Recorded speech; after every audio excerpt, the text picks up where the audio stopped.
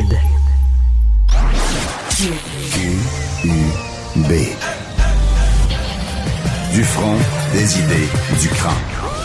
Éveille la curiosité, suscite la réflexion, favorise le dialogue. Pour comprendre le monde qui vous entoure. Radio, télé, balado, vidéo. Savoir et comprendre, Cube. Un média pas comme les autres. Bonjour à tous. Merci beaucoup d'être à l'écoute de ce balado. Ici Isabelle Maréchal. J'ai envie d'entrée de jeu de vous parler de cette histoire renversante. Une fillette qui a été carrément happée par un cycliste. Ça s'est passé avant que l'enfant prenne l'autobus scolaire à Montréal. Il y avait pourtant l'autobus scolaire qui a carrément bien montré, signalé que un enfant allait traverser, mais le cycliste n'a obéi à aucune règle de sécurité routière. Vous savez que les cyclistes sont comme les autres. Ils sont sur la route et doivent obligatoirement s'arrêter au stop, au feu rouge. Ils doivent montrer également s'ils tournent.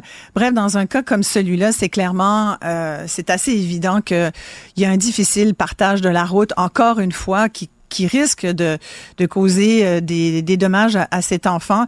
Ça a beaucoup fait réagir sur les réseaux sociaux, avec raison, parce que en même temps, aujourd'hui, sortait cette triste nouvelle qu'un cycliste avait été happé, lui, par un tracteur. Ça s'est passé en Montérégie.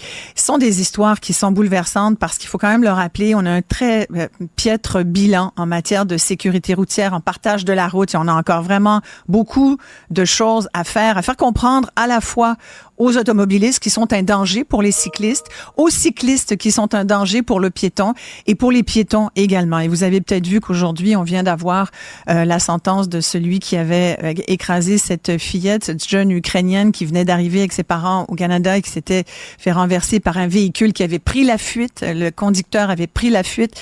Il a plaidé coupable. Il fera 12 mois de prison à domicile. Ça aussi, ça fait beaucoup réagir aujourd'hui. Je vous parle du vidéo de cette fillette là, qui a été renversé par un cycliste. Je ne sais pas si vous l'avez vu. On a justement le vidéo que voici et c'est assez clair. Regardez bien.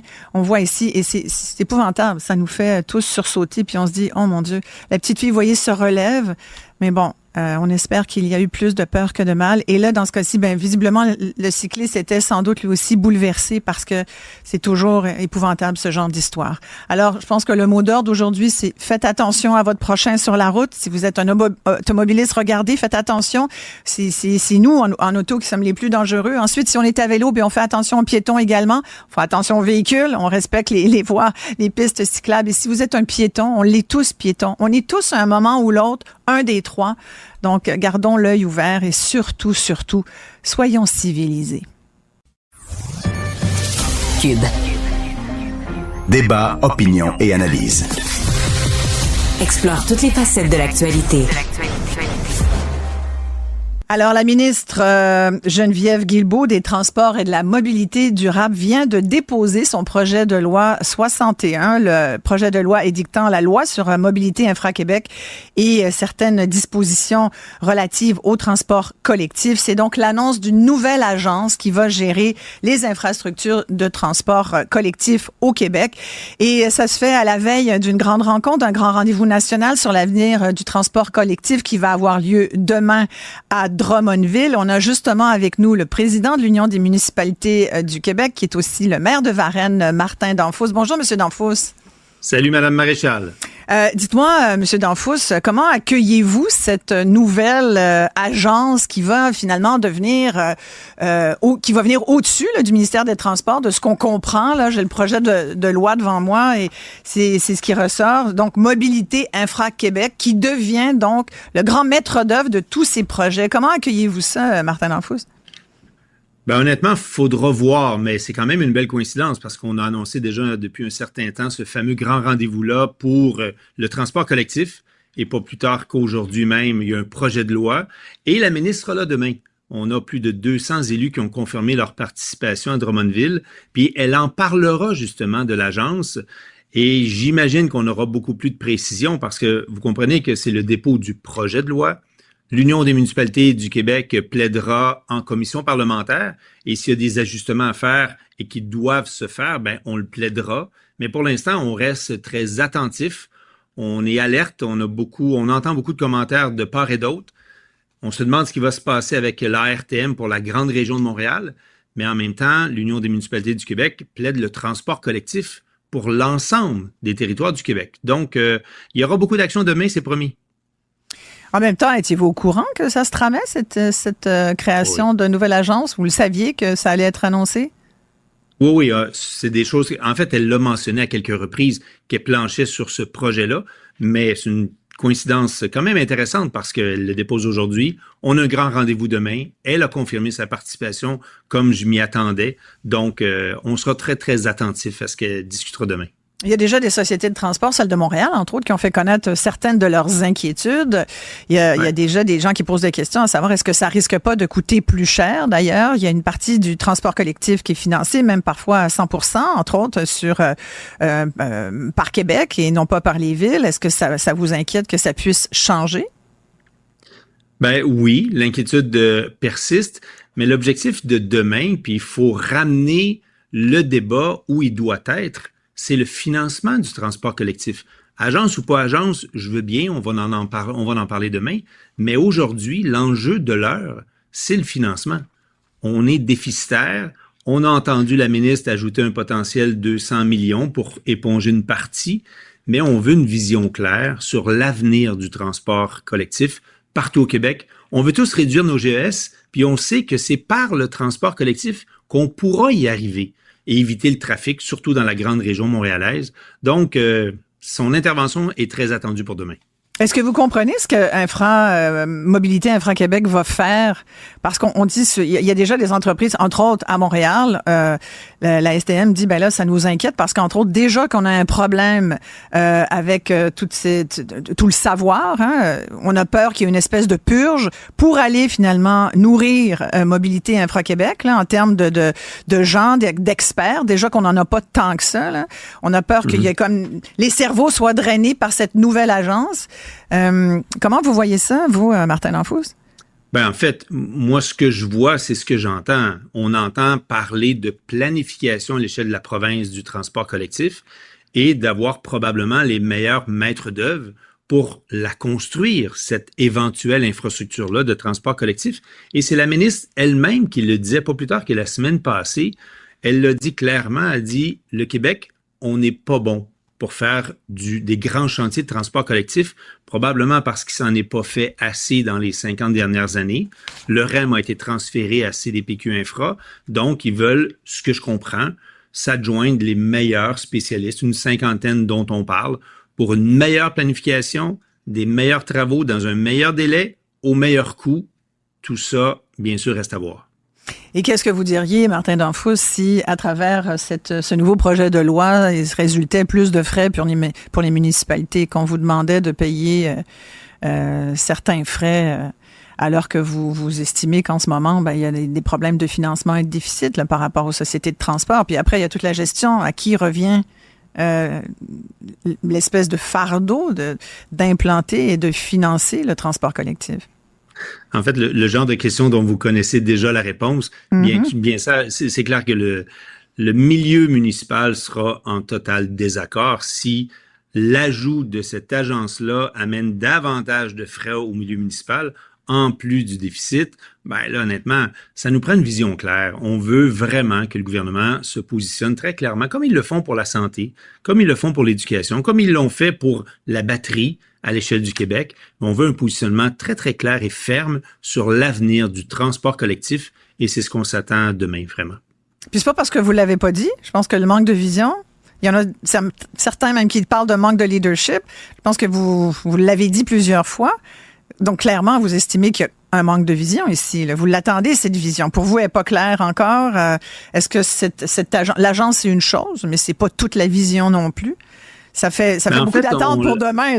Vous avez beaucoup d'attentes demain. On l'entend de la part du gouvernement et de la ministre depuis un bon bout de temps, mais maintenant, on a besoin de sentir les actions concrètes et pas juste les paroles. Et j'ai hâte de voir, bon, demain, elle en parlera, mais qu'est-ce qui s'en suivra? Parce qu'on a entendu à travers les rencontres qu'elle a eues avec les sociétés de transport et la grande région montréalaise qu'elle souhaite un règlement pour long terme d'ici l'été. Ben, d'ici l'été, c'est demain. Donc, il faudra s'activer. Donc, nous, on est dans un premier temps là, très contents de l'ouverture du dialogue avec la ministre qui va se continuer, mais il faut maintenant, par la suite, arriver avec des résultats concrets. Mais je pense que le nerf de la guerre, Martin Danfous, c'est carrément l'argent, là. Je pense que demain matin, vous allez vouloir parler d'argent assez rapidement, là. J'imagine, si j'étais à votre place, Je vous ça le serait cache ça. pas. Le financement, on sait qu'il y a une contribution municipale. On sait qu'il doit y avoir une contribution gouvernementale. Puis là, je parle des 2 paliers de gouvernement. On parle beaucoup de l'immatriculation maintenant. Québec a enclenché le pas. On a un délai serré pour ceux qui l'ont pas fait encore, doivent se prononcer. La grande région montréalaise l'a fait déjà, mais ça prend, faut être innovateur, faut voir ce qui se fait de mieux ailleurs, puis il va falloir trouver, vous avez raison, l'argent pousse pas dans les arbres, donc il faut trouver un mécanisme le plus logique possible pour financer l'avenir du transport collectif. Il y a des villes qui sont vraiment fâchées. Je pense entre autres à Laval. Le maire de Laval disait l'écart à combler là, pour sa ville, c'est 30 millions de dollars. Il dit, sincèrement, ça poussera pas dans mes rues. Puis c'est l'équivalent de la croissance de mon budget total pour la ville, pour tous les services, pour le déneigement, pour l'entretien des parcs, pour l'entretien des immeubles. À un moment donné, si le gouvernement du Québec éponge pas cet écart budgétaire, cette espèce de déficit structurel ou conjoncturel, parce que là, il y a 2 types de déficit, on a vu ça cette semaine. Là, il y a un moment donné, vous n'allez pas vous entendre, là. Non, puis Stéphane a raison. Il n'est pas le seul à le plaider. J'entends Bruno, j'entends Valérie. Oui, Bruno à Québec, Bruno Marchand à Québec. Exact. J'entends à peu près tout le monde. C'est pour ça que demain, en fait, notre timing, pour le dire en français, est idéal pour le grand forum de demain parce que on veut parler d'avenir du transport collectif. Tous les maires et mairesses là, en veulent plus parce qu'on veut réduire le nombre d'autos. On veut même électrifier les transports. Il y a un engagement du gouvernement d'électrifier les flottes. C'est bien beau, mais c'est des sommes colossales. Mais l'entretien aussi des infrastructures. Puis là, on est pris avec une conjoncture où l'énergie propre approche d'une limite. Donc, OK, on fait quoi ensemble? Fait que c'est pas, oui, il y a l'argent, oui, il y a l'agence, l'électrification. On comprend que c'est un dossier majeur. C'est devenu aujourd'hui le dossier de l'heure de l'Union des municipalités du Québec. Oui, puis je pense que pour la vice-première ministre aussi, c'est un dossier important. En même temps, parfois, elle mâche pas ses mots. Elle a quand même dit que bien des sociétés de transport. Puis par extension, on pourrait dire, à la rigueur, c'est les villes qui s'occupent pas de leurs affaires et de leur transport collectif. Mais quand elle a quand même sous-entendu de façon presque assez directe que souvent c'était mal géré, puis une question de gestion, puis que c'était pas à elle que devait revenir non plus la gestion globale des sociétés de transport. Elle l'a carrément dit, là, que c'était aux villes de s'occuper de leurs affaires. Comment vous recevez ce genre de commentaires? Ben, en fait, on n'a jamais demandé à ce que le gouvernement vienne gérer nos sociétés de transport. La preuve, c'est que dès le lendemain, elle a corrigé le tir en disant, bon, on ne parlait pas de la gestion, on parle plutôt de la vision à long terme. C'est la responsabilité claire du gouvernement face au transport collectif. Puis là, elle arrive avec son agence, soit. Maintenant, allons voir comment tout ça va s'arrimer, là. Ouais. Donc, demain, vous y allez avec tout le positivisme qu'on vous connaît, Martin Danfous, n'est-ce pas? Exact. Mais il va falloir quand même avoir des choses concrètes, là. J'imagine que vous n'allez pas non plus vous contenter de phrases creuses. Vous avez tout à fait compris. Exact. Et si je me trompe pas, vous parliez de 200 millions, mais en fait, ce que vous voulez, c'est le double. En fait, c'est les besoins. Puis ça, c'est juste pour éponger le déficit d'aujourd'hui. C'est ça. Mais si on veut regarder l'avenir du transport collectif dans son ensemble, vers où on veut aller collectivement, il faut le savoir, puis travaillons tous ensemble maintenant pour réussir à le financer. Mais entre la parole, là maintenant, on dit souvent que les babines suivent... en fait, les bottines doivent suivre les babines, mais là, on a hâte de voir la suite. Ouais. Mais demain, vous allez être satisfait si vous obtenez quel genre d'assurance de la part de la ministre des Transports? Honnêtement, je serais étonné qu'on soit 100% satisfait, mais déjà, de conserver un dialogue ouvert, ça, c'est essentiel. À partir du moment où les ponts ne sont pas brisés, on continuera à élaborer. Puis je sais qu'il y a d'autres rencontres de planifier avec l'ensemble des maires et mairesses et sociétés de transport pour trouver ensemble des solutions. Mais je suis convaincu que notre grand rendez-vous de demain donnera des pistes et peut-être même de nouvelles pistes qui n'ont jamais été explorées, qui existent ailleurs. On parle des fois de la taxe sur l'essence. En Colombie-Britannique, qui réussissent à financer à 100% le transport collectif, ça fait partie des options qu'on doit discuter rapidement demain. Ben, si vous voulez bien, demain, je vous encourage à ce qu'on se refasse un petit point vers cette heure-là. Puis vous me direz comment vous avez vécu votre journée. C'est une journée importante. Effectivement, c'est faire du transport collectif une priorité nationale partout au Québec. C'est un rendez-vous national sur l'avenir du transport collectif. Ça va se dérouler demain à Drummondville. Martin Danfous, merci beaucoup. Fait que donc, je vous prends un mot, on se parle demain, Martin? On se parle demain, peut-être pas à 4 heures précisément, mais on se parle demain. Merci, 5 heures, 5h30 serait parfait aussi. Merci beaucoup, M. Danfous. Merci bien. La fin du monde approche. Mario Dumont. Mais au-delà de ça, Mario, c'est le retour du Schtroumpf grognon, là. Marie Montpetit. Il était pas de bonne humeur, puis ça allait pas comme il voulait. La rencontre. Montpetit-Dumont. Bonjour, Marie. Bonjour Isabelle. Tu veux me parler de cette fillette qui, en se rendant à son autobus scolaire, a été happée par un cycliste, une histoire qui est vraiment... ben d'abord, les images sont parlantes d'elles-mêmes. On voit carrément ici que le cycliste ne s'est pas arrêté du tout. On peut les remontrer d'ailleurs quand on sera prêt, mais tu voulais m'en parler parce que ça fait réagir. Ça te fait réagir sans doute comme beaucoup de gens ont réagi aujourd'hui. Là, on voit la scène. C'est terrible, sincèrement. Ben absolument, c'est ça. Dans la scène, pour ceux qui on la voit en visuel, mais pour ceux qui nous écoutent en audio, c'est une caméra de maison dans le fond qui filme la vidéo. Puis c'est une toute petite fillette là qui doit pas être bien là, qui doit avoir un 5-6 ans là, début du maternelle primaire, qui attend sur le trottoir. Et quand l'autobus scolaire arrive, on voit bien que l'autobus scolaire, met son fameux stop là avec ses clignotants où tout véhicule devrait arrêter. La petite fille se met à traverser, puis écoute, il y a un cycliste qui arrive, pas à toute vitesse, mais je pense à une vitesse de cycliste qu'il l'a jamais vu, la toute petite poulette, puis non seulement lui fonce dedans, il tombe dessus avec le vélo. C'est très troublant, je te dirais, comme image, et c'est surtout un bon, tant mieux la petite fille, la fillette a rien, donc je pense qu'au moins on peut souligner ça, mais c'est aussi une bonne occasion de refaire de la prévention. Puis tu sais, je voyais que parce qu'on avait la discussion tout à l'heure sur est-ce qu'un vélo est censé, oui, non, s'arrêter aussi, ou est-ce que ça devrait être seulement des automobilistes. C'est peut-être une bonne occasion, justement, avec le retour du printemps, la sortie des vélos, de refaire certaines sensibilisations à cette question-là, parce qu'il y a encore beaucoup de gens, puis là, je veux pas juste viser les cyclistes, parce que ça arrive aussi malheureusement trop souvent avec des automobilistes qui oublient. Non, mais complètement. C'est un problème de partage de la route. J'en parlais tout à l'heure. La petite fille a 4 ans d'ailleurs, pour le bénéfice de notre public. Ça se passait sur la rue Jeanne-Mance dans le plateau Mont-Royal. Fait qu'on voit autobus scolaire, on voyait la piste cyclable, mais le cycliste roulait quand même à une bonne vitesse. Et ça, c'est l'enjeu, là. Avec le beau temps, comme tu dis, les vélos sortent, puis c'est bien parce qu'il y en a de plus en plus à Montréal, puis on encourage beaucoup ça. La ville encourage beaucoup ça, mais ce fameux partage de la route, Marie, on a des croûtes à manger. On dirait qu'on est tous dans notre espèce de bulle, que ça soit dans notre voiture, les deux mains sur le guidon ou en marchant avec notre cellulaire, tu sais. Ouais, mais pour moi, on n'est même pas dans un enjeu de partage de la route parce que le cycliste, il la voit pas, la petite fille, parce qu'il y a un VUS qui est stationné, la petite fille, elle marche derrière la VUS, donc la cycliste, je pense qu'une cycliste avait aucune chance de voir la petite fillette, mais c'est même pas une question de partage de la route, on est vraiment dans du respect du code de la route. Carrément, ben oui. Que des gens oublient trop souvent qu'un autobus scolaire, ben oui, c'est un autobus jaune, puis ça, tu sais, je veux dire, on oublie le fait que le code de la route, il est très clair là-dessus, que quand il se met à clignoter, puis quand les stops sortent, t'as une obligation d'arrêter, puis ça dure 2, 3, 4 minutes, il n'y a aucun véhicule. Puis ça, je pense que c'est une occasion de le rappeler. J'ai vu entre autres la mairesse Valérie Plante, qui a réagi très rapidement aussi sur les médias sociaux, en rappelant justement l'importance absolue de respecter le code de la route qui concerne tous les usagers.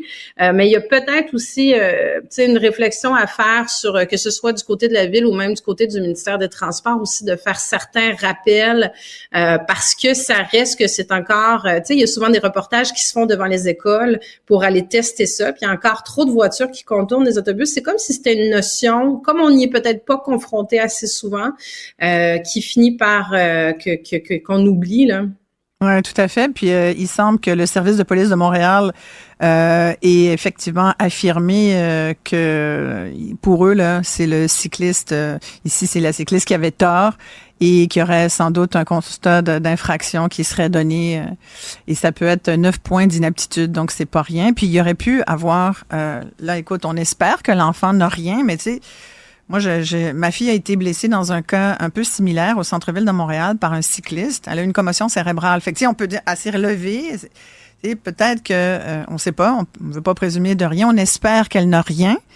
Mais c'est ce genre d'accident qui peut être extrêmement dangereux et dommageable. Mais ça nous rappelle, moi, tu sais, le partage de la route, là, ça fait aussi partie de la sécurité routière. C'est une obligation de partager la route que nous soyons. Et qu'on soit dans un véhicule, sur un vélo ou comme piéton. D'être attentif, comme tu disais, de sortir de sa bulle, qu'on soit piéton, qu'on soit cycliste. Et on est tous distraits, tu sais, on est tous distraits. Tu sais, c'est pas de faire la leçon à personne, c'est juste de dire, regarde, on l'est tous à un moment donné distraits. Depuis la pandémie, on est encore plus anxieux, préoccupé, stressé. Tout le monde est stressé, là. C'est comme, on est tous devenus finalement un peu anxieux à des niveaux différents. Alors, puis je relisais cette semaine, il y a des chiffres qui sont sortis sur la distraction sur la route, là, et la distraction cause des accidents mortels. C'est le CA, je pense, ou plutôt la SAC, qui disait que c'était même une des premières causes de décès sur nos routes, le fait d'être distrait au volant. Donc, il faut faire attention au volant, il faut faire attention en vélo et il faut faire attention, bien sûr, quand on est piéton. Tu sais, les piétons, ils marchent et on regarde par terre, on regarde pas, on a nos écouteurs. Les vélos, eux, pensent que la rue leur appartient. Fait que c'est un peu tout le monde qui doit se responsabiliser. Absolument, absolument. C'est une bonne occasion de le rappeler justement à cette période du printemps où toutes sortes de véhicules à roues ressortent sur les pistes cyclables ou même dans les rues là, des quartiers. Tu vois, c'est presque 20%. C'est Max, notre chercheuse, qui effectivement confirme le chiffre. Là, c'est presque 20% des décès sur les routes qui sont dus à la distraction au volant. T'imagines? C'est beaucoup, là. C'est un accident mortel sur 5. Tu voulais me parler également de ce fameux député. Claude Surprenant. Oui, vas-y. Claude Surprenant, oui. C'est une très belle nouvelle aujourd'hui. Ça efface pas tout ce qu'il a vécu, mais c'est une, en tout cas, moi, j'avais plaidé beaucoup en sa faveur dans les derniers mois pour que l'Assemblée nationale, la commissaire à l'éthique, efface le blâme qui lui avait été donné. Je t'explique l'histoire. Oui, voilà. Merci. Il a été élu en même temps que moi en 2014 à l'époque. Il a fait comme fait tout nouveau député. Il a monté il était allé engager du personnel politique, des attachés politiques, des attachés de presse pour monter son équipe de bureau. Et parmi ces personnes, il y avait Julie Nadeau qui prétendait avoir fait des études en droit. Finalement, écoute, elle s'est fait des chèques à elle-même. Tu sais, quand t'es député, t'as pas toujours les deux pieds du siège à l'Assemblée nationale, hein. Donc, il y a une partie où il faut que tu fasses confiance à tes attachés politiques. Pendant un an, elle a détourné 8 000 $ au bureau de comté en se faisant des chèques, à elle-même vers son compte personnel. Et, elle a même porté plainte elle-même à la commissaire à l'éthique à l'Assemblée nationale parce que lui s'en est rendu compte et l'a congédié et elle a porté plainte dans ce contexte-là. Et là, s'en est suivi... Pour congédiement indu, c'est ça? Ouais, exactement. Puis s'en est pas barré quand même, là. Non. Et la commissaire à l'éthique de l'époque a fait une enquête complètement bâclée, à mon avis, parce que il parle de Maître Nadeau, l'attachée politique. Elle est même pas membre du barreau, elle est pas avocate.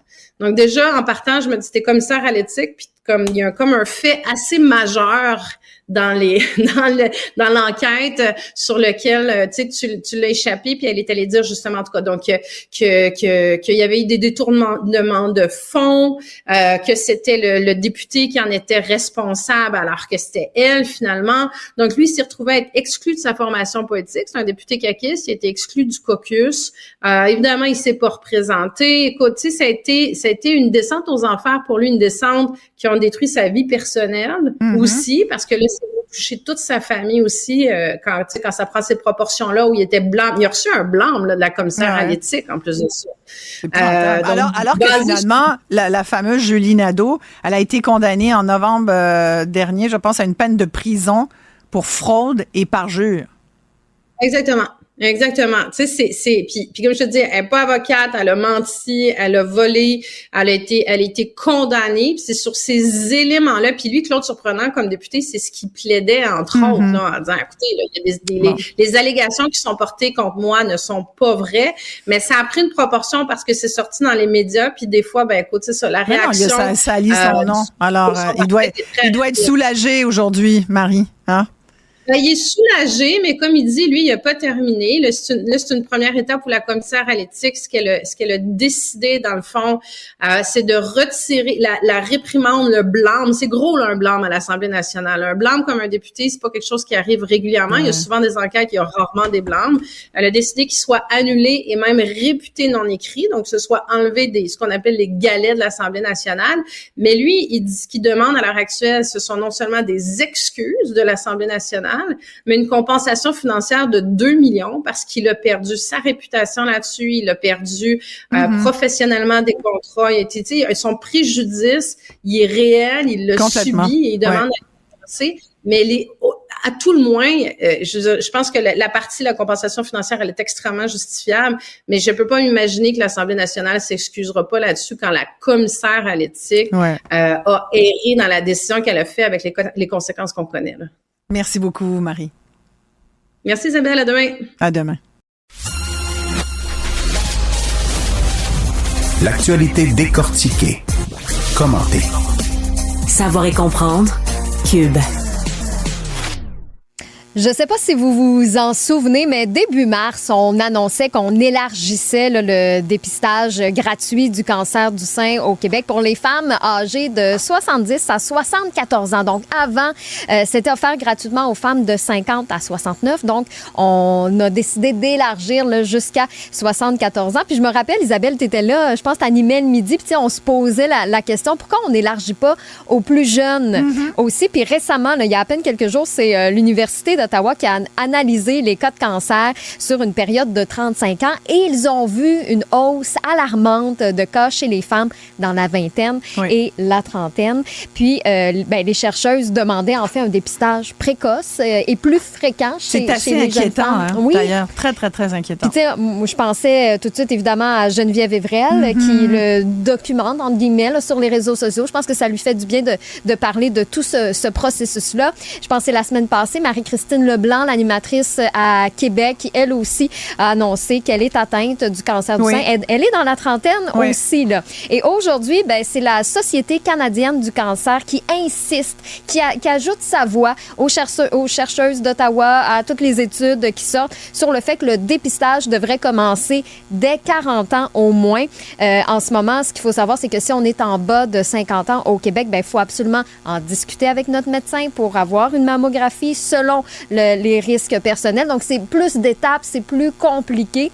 Tandis que là, si on le rendait gratuit à partir de 40 ans, il y aurait beaucoup moins d'étapes. Donc, on aurait l'espoir au moins de faire des dépistages beaucoup plus précoces parce que quand même, c'est une Canadienne sur 8 qui va avoir un diagnostic de cancer du sein au cours de sa vie. 1 sur 8, c'est beaucoup. C'est beaucoup, là, on s'entend. Et en ce moment, c'est le groupe d'études canadien sur les soins de santé préventifs qui doit publier ces nouvelles directives ce mois-ci. Donc, c'est pour ça que la Société canadienne de cancer a décidé d'en parler aujourd'hui pour donner leur appui. Donc, on verra, évidemment, s'il y aura un impact sur leur décision. Mais souhaitons-le parce qu'il y a beaucoup trop de femmes qui sont atteintes du cancer du sein. Un petit peu plus tard dans l'épisode d'Isabelle, on va parler des rats. Les rats. Moi, je me rappelle, je pense, la raison pour laquelle je ne les aime pas, là, la première fois que j'ai fait « Oh non, ça, c'est pas pour moi », c'est dans le film Les Tortues Ninja. Maître Splinter? Dans les années 90, le fameux rat, il me faisait tellement peur. Donc, moi, j'ai associé le rat des Tortues Ninja avec les vrais rats. Puis là, j'ai c'est un gentil. C'est un gentil, Maître Splinter. Mais il est pas propre. Non, il est pas mais c'est dégueulasse, des rats. On s'entend. On s'entend. J'ai cette image-là. Mais là, c'est ça. Ils sont omniprésents dans la ville à Montréal. On parle d'autoroutes de rats dans nos belles ruelles vertes qui sont censées nous apporter joie de vivre et petits jardinages, belles plantes. À travers tout ça, donc, on a les rats. On va en parler avec Nathaniel Livet de chez Maheu qui font de l'extermination justement pour avoir certains trucs puis savoir comment on s'en débarrasse. Et parlant de bébites désagréables, les tiques. Oui. On est beaucoup dans les bébites aujourd'hui, finalement. Ouais. On est dans ces êtres indésirables, finalement. Mais en même temps, c'est parfait parce que là, c'est les randonnées qui commencent. On va aller se promener dans le bois, en famille, avec les chiens aussi. Les chiens, surtout, là, dès qu'on revient à la maison. Oui, c'est beau de nous. On regarde est-ce qu'on a été piqué, mais les animaux aussi, il faut absolument vérifier. Sinon, porter toujours des bas un petit peu plus hauts, là, pour la cheville, pour des vêtements longs, en fait, tout simplement, dès qu'on va dans le bois. Parce que la maladie de Lyme... Ça, c'est avec les changements climatiques. Avant, on n'en parlait pas, mais là, maintenant, ça s'installe au Québec, beaucoup, évidemment, en Estrie. Mais là, ça gagne du terrain. Écoute, maintenant, il y en a partout. Il y en a dans les parcs à Montréal. Je sais qu'il y en a à Verdun. Il y en a au centre-ville. Il y en a d'à peu près tous les... Des tiques? Des tiques, oui, certainement. Au centre-ville? Oui, monsieur. Où? Bien, dans des parcs, là. Oh, okay. Oui, tout à fait. Ah, ouais. Dès qu'il y a un petit peu de verdure. Les tiques, sincèrement, ça voyage, là, tu sais. C'est à peu près la seule affaire qui manquait dans le centre-ville, les tiques. Bon, c'est beau. J'avoue prochaine fois, les requins, puis c'est beau. Non, mais c'est comme, tu sais, c'est vraiment, maintenant, il y en a partout. Faut pas se demander. En Montérégie, il y en a. Tu sais, dans le coin de Saint-Hilaire, Mont-Saint-Bruno, c'est connu. Mais je pense que les Laurentides aussi, ça commence. Oui, effectivement. Donc, on n'a plus le choix. Mais elles n'ont pas de frontières. Puis jusqu'à il y a quelques années, on niait tout à fait qu'il y avait un problème de tiques au Québec parce qu'on disait que c'est surtout un problème américain. Comme si les tiques savaient qu'il y avait une frontière. Puis qu'ils arrêtaient. Tu sais, voyons donc. C'est pas comme si, même s'ils savaient qu'il y a une frontière, c'est pas comme si ça les empêcherait de passer non plus, les tiques. Hein? C'est pas très étanche, cette frontière-là. Non. Et tous ceux qui sont atteints de la maladie de Lyme, en tout cas, du moins, les témoignages qu'on a entendus beaucoup dans les dernières années, c'est que de recevoir le diagnostic, c'est très long. Donc, évidemment, ça a un impact sur la guérison. Quand est-ce qu'on peut commencer à guérir de la maladie de Lyme? Et c'est l'Université de Sherbrooke qui vient de lancer cette semaine une chaire de recherche pour s'attaquer justement à la maladie de Lyme. Isabelle va en parler avec Amir Kadir, qui est microbiologiste et infectiologue à 17h. Alors, restez avec nous parce que c'est sérieux. Il faut pas prendre ça à la légère. Puis en Estrie, d'ailleurs, c'est là qu'on retrouve 60% des cas de la maladie de Lyme. C'est vraiment l'épicentre. Oui, exactement. Et pour répondre à ton doute, j'ai vu le doute, Alex, dans tes yeux. C'est ici et c'est vraiment la direction de la santé publique qui dit que la région de Montréal n'est peut-être pas considérée comme une région endémique, c'est-à-dire ce n'est pas ça, c'était l'année dernière en plus, mais le risque est très présent. Alors, faites très attention parce que le nombre de cas de tiques augmente un peu partout. C'est évidemment des tiques à pattes noires et c'est une morsure, comparativement. Puis il faut faire attention quand on les retire pour ne pas laisser la tête. Non. Oui, ce matin, j'avais une entrevue là-dessus aussi, là, en remplacement d'Alexandre Dubé, puis ils m'ont montré, là, on a diffusé des images d'un extracteur de tiques, puis c'est pas évident. Non, c'est comme, faut que tu le dévisses. Faut que tu dévisses une tique. Mais en tout cas, puis t'as un délai aussi, il faut que tu le fasses quand même assez rapidement. Très rapidement, on dit que ça enfin, Amir Kadir, vous écouterez parce qu'il va tout nous dire ça tout à l'heure. Exactement. Puis là, moi, j'ai appris que je vais devoir porter des vêtements longs si je vais au Centre Eaton, dans le centre-ville de Montréal, pour pas me faire piquer. Là, évidemment, ils sont pas sur le béton, mais c'est pour vous dire qu'il y en a quand tu iras au parc La Fontaine, pique-niquer, clairement. Fais attention. Alors, on va être à l'écoute. On va écouter Amir Kadir à 100% pour avoir tous ses conseils. Restez avec nous, là, cube.ca, l'application Cube, évidemment, pour nous écouter en direct en formule audio. Et si vous êtes à la maison, profitez du fait que vous pouvez avoir un petit regard sur comment ça se passe dans nos studios en ajoutant la chaîne Cube à votre forfait de chaîne spécialisé.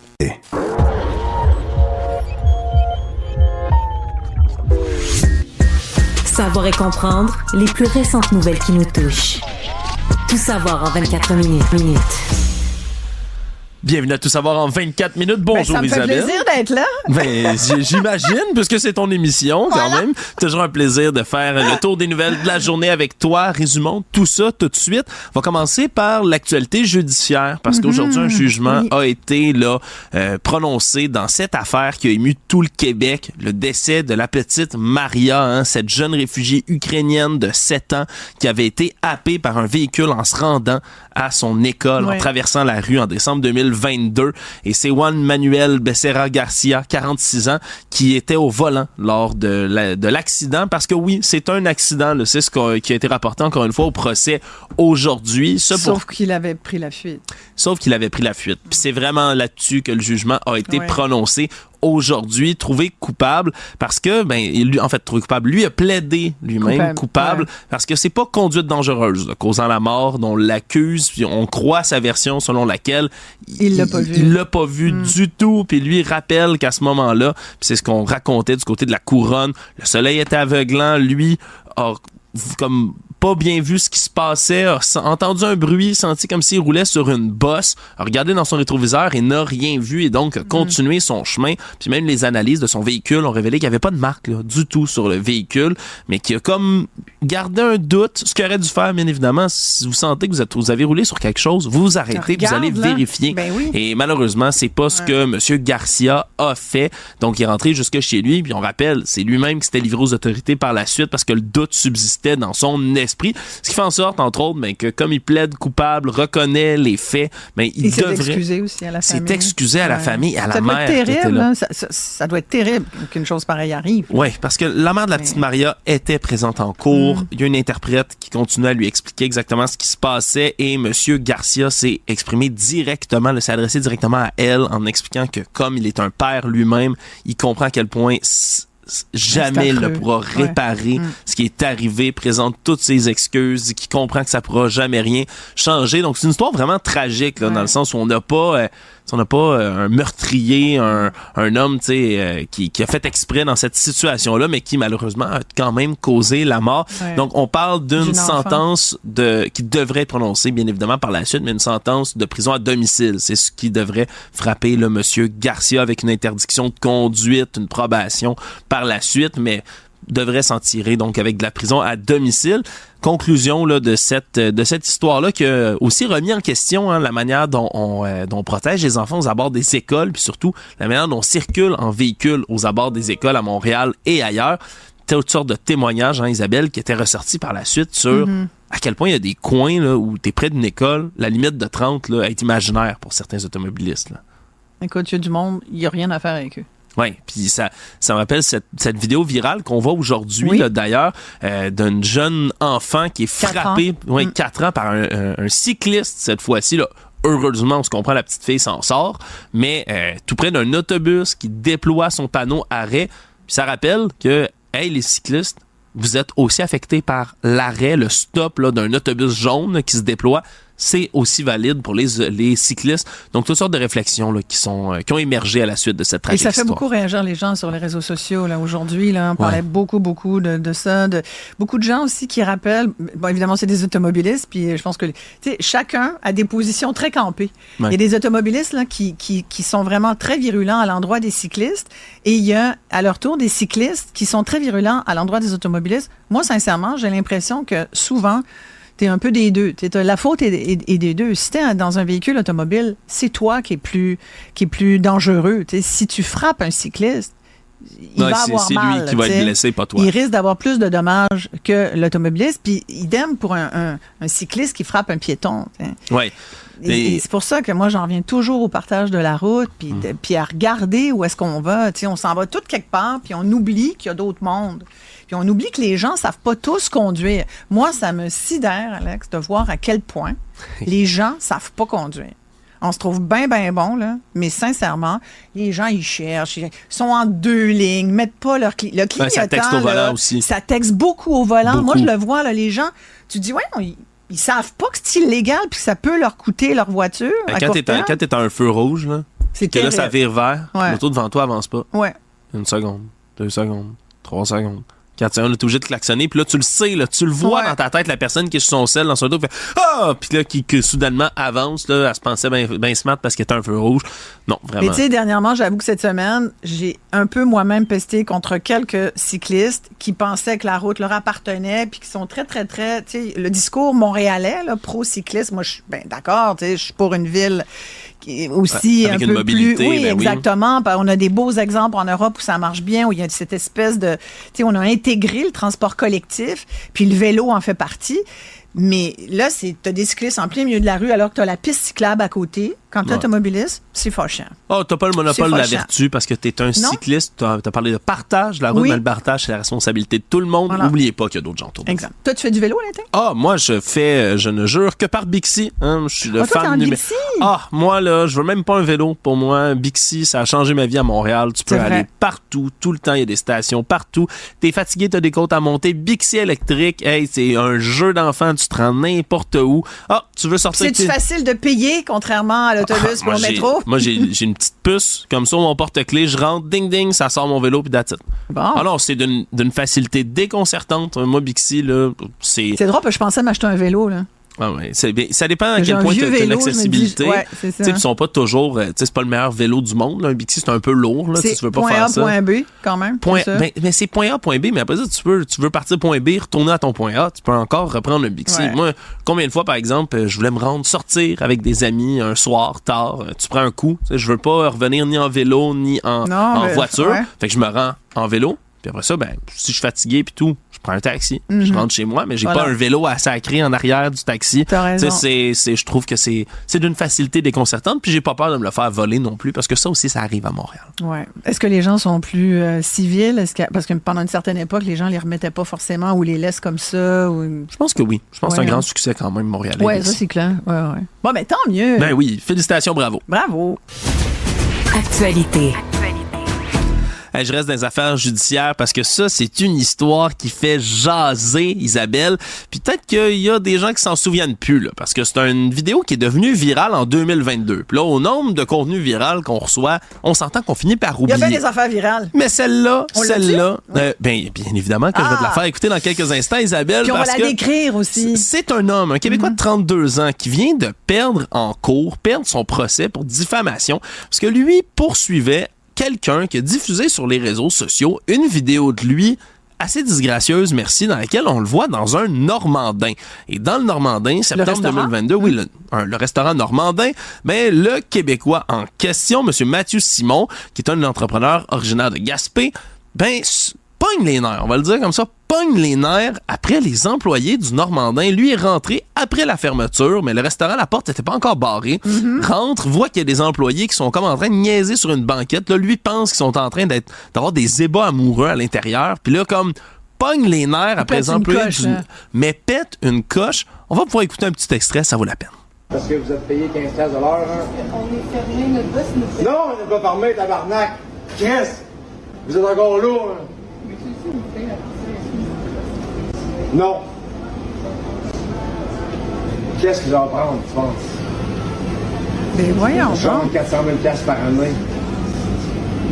C'est ce que je voulais te faire entendre. Je gagne 400 000$ par année. Ça, c'est Revenu Québec qui l'a appelé, finalement, non? Ah, ça. Écoute, ça Il dit, aurait ah pu... oui, monsieur, il fait 400, c'est pas ça qu'il a déclaré, Hey, me semble. ça aurait été encore plus C'est drôle, vrai que je sincèrement. pensais- non, c'est pas ça. C'est pas ça qui est arrivé, non, parce que là, cette vidéo, puis elle dure là, quand même longtemps, puis monsieur semble pas savoir qu'il est filmé comme ça à son insu. Et là, ben, continue, il dit, je gagne 400 000$ par année, je peux acheter la salle à manger au Oh, grand mon Dieu. complet. Ah, C'est pas une le question genre de d'argent. champion comme ça, Faites là. 15$ de l'heure, vous autres, puis ouais, là, vraiment le Qui genre... est en boxeur puis en gogoon, en bas le champion du monde, évidemment. Et Et là, qui ben... sacre, d'ailleurs, après du monde. Moi, Exact. quand tu mets le mot hanté dans à peu près toutes tes phrases, tu viens de perdre toute crédibilité. Ouais, tu sacs, mais surtout après, tu sais, je veux dire, des Après du employés... monde, là, le hey, restaurant est fermé, ils te l'ont dit. et tout ce qu'il veut, il veut acheter une pizza congelée en plus du Normandin. J'ai jamais mangé de pizza congelée du Normandin, mais à moins que ce soit le Saint Graal, je m'excuse, il n'y a pas raison de pogner les nerfs comme ça, hein, pour avoir une simple pizza congelée. Va au dépanneur, mon ami, puis achète-toi-en une. Mais là, Quelle heure il était, on sait? Quelle heure il était juste après 10 heures. Puis 10 heures, c'est l'heure de fermeture, donc du restaurant. Puis lui, il est comme, vous êtes pas fermé, en donnant quelques sacres. Et là, mais comme il y a eu cette vidéo-là, elle a été filmée et diffusée par quelqu'un qui s'appelle Daniel Guénette sur Facebook. Ce serait pas la personne qui a filmé tout ça, mais qui a diffusé en mettant en garde contre cet entrepreneur-là, en disant, regardez, si vous faites affaire avec lui, mais sachez que c'est ce genre de personne-là. Et là, ben, M. Simon poursuit en diffamation. Daniel Guénette réclame 98 000$ à l'homme. Et finalement, mais le juge a balayé du revers de la main cette demande-là, en disant que oui, il a souffert d'insultes puis de plein de gens qui lui ont donné de la chenoute après avoir vu cette vidéo-là. Mais, on le dit, ce n'est pas de la faute commise par Daniel Guénette de publier la vidéo si vous avez reçu autant d'affaires. Les impressions négatives résultent des propos émis par Mathieu Simon et ses propres gestes. Donc, en gros, c'est ta faute, mon ami. Ta poursuite en diffamation ne vaut pas grand-chose. Par contre, le journal a contacté M. Simon, qui lui reconnaît avoir été un gros colon dans cette histoire-là, dit qu'il est incapable de regarder la vidéo désormais, confie avoir consommé de l'alcool durant la soirée. Puis ça se voit dans le reste de la vidéo quand même. Moi, je me suis dit, le gars, il est pas à jeun. Là. Non, le gars est pas à jeun dans cette histoire-là. Il exclut pas, par contre, d'aller en appel dans cette cause-là, parce que lui dit qu'il y a un véritable préjudice qu'il a subi autour de tout ça. Bref, la saga de la pizza... travailler pour être une meilleure personne. Ouais. Ben oui, puis malgré lui, ben il va peut-être devenir un nouveau mon père est riche en tabarnak, tu sais, hein, des beaux vidéos viraux québécois de gens bien colons là. Je fais 400 000 $, je peux vous acheter la salle à manger. C'est quoi Heineken? Tequila Heineken, pas le temps de niaiser, il y en a. Isabelle, ça, un jour, c'est trop puissant. Un jour, je te ferai mon top 20 des meilleures vidéos québécois. Demain. Je peux te faire ça, la dinde noire, les petits bonnes, j'en ai pour toujours. OK, ça, demain, tu nous fais ça? Si j'ai le temps, oui, on fait ça. D'accord. Savoir et comprendre, tout savoir en 24 minutes. Revenons en politique québécoise. La Coalition Avenir Québec, finalement présentée. Tu dis ça avec un air découragé, Alex, juste pour te dire. Revenons à la politique là, j'aime québécoise. ça, parler de pizza, puis de 400 000 $, puis de vidéos viraux. Ça me fait toujours plaisir. Mais oui, parce que aujourd'hui, Jonathan Julien, ministre des Infrastructures, Geneviève Guilbeault, ministre des Transports, qui présentait la stratégie d'accélération de construction d'infrastructures publiques. Hein? C'est le fameux Mobilité Infra Québec. Voilà le projet de loi numéro 61. Loi que je vais lire ce soir. Voilà, avec attention, j'imagine, qui crée justement le MIQ, Mobilité Infra Québec, un conseil constitué, on dit, entre 30 et 50 experts qui, eux, vont avoir comme premier mandat de réaliser les grands projets de transport collectif. Pourrait aussi inclure des projets routiers, mais ce qu'on veut, c'est se doter d'une stratégie nationale concertée pour être capable de construire des projets de transport, mais non seulement de les prévoir, de les construire, puis après ça, de s'arranger pour que ce soit construit pas trop cher puis pas trop lentement. Parce que ça, c'est deux problèmes qu'on voit à répétition, bien évidemment, dans nos constructions de projets d'infrastructure ici au Québec. Développement ou amélioration d'un système de transport intelligent, dit-on. Voilà, intelligent, c'est le mot. Et on a un objectif fixé par M. Julien, quand même, objectif audacieux. On veut construire 25% plus vite et 15% moins cher. C'est les statistiques qu'on s'est données de ce côté-là.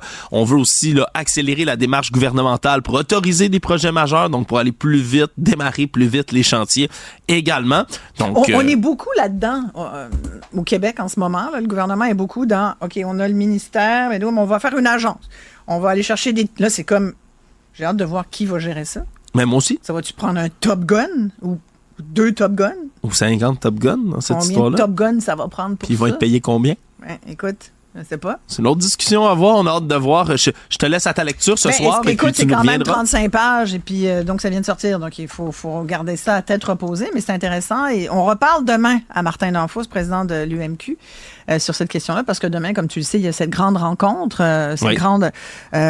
sur justement le transport collectif au Québec, là, dont on fait une priorité nationale. Ben, il est à peu près temps. Oui, il est à peu près temps, puis surtout dans les conditions actuelles dans lesquelles on construit des infrastructures, là, tous les projets qu'on fait, il y a des dépassements de coûts, il y a des dépassements de délais aussi sur tous les projets. Moi, je pense que, sincèrement, les Québécois sont rendus tellement cyniques par rapport à tellement de nos institutions. On parle du système de santé, on rit. On parle du système de justice, on rit. On parle du système d'éducation, on est mort de rire. On parle des infrastructures, le tunnel va coûter le triple, on le sait, puis il coûte le triple. Transformation numérique, t'as oublié? Transformation numérique, aïe aïe.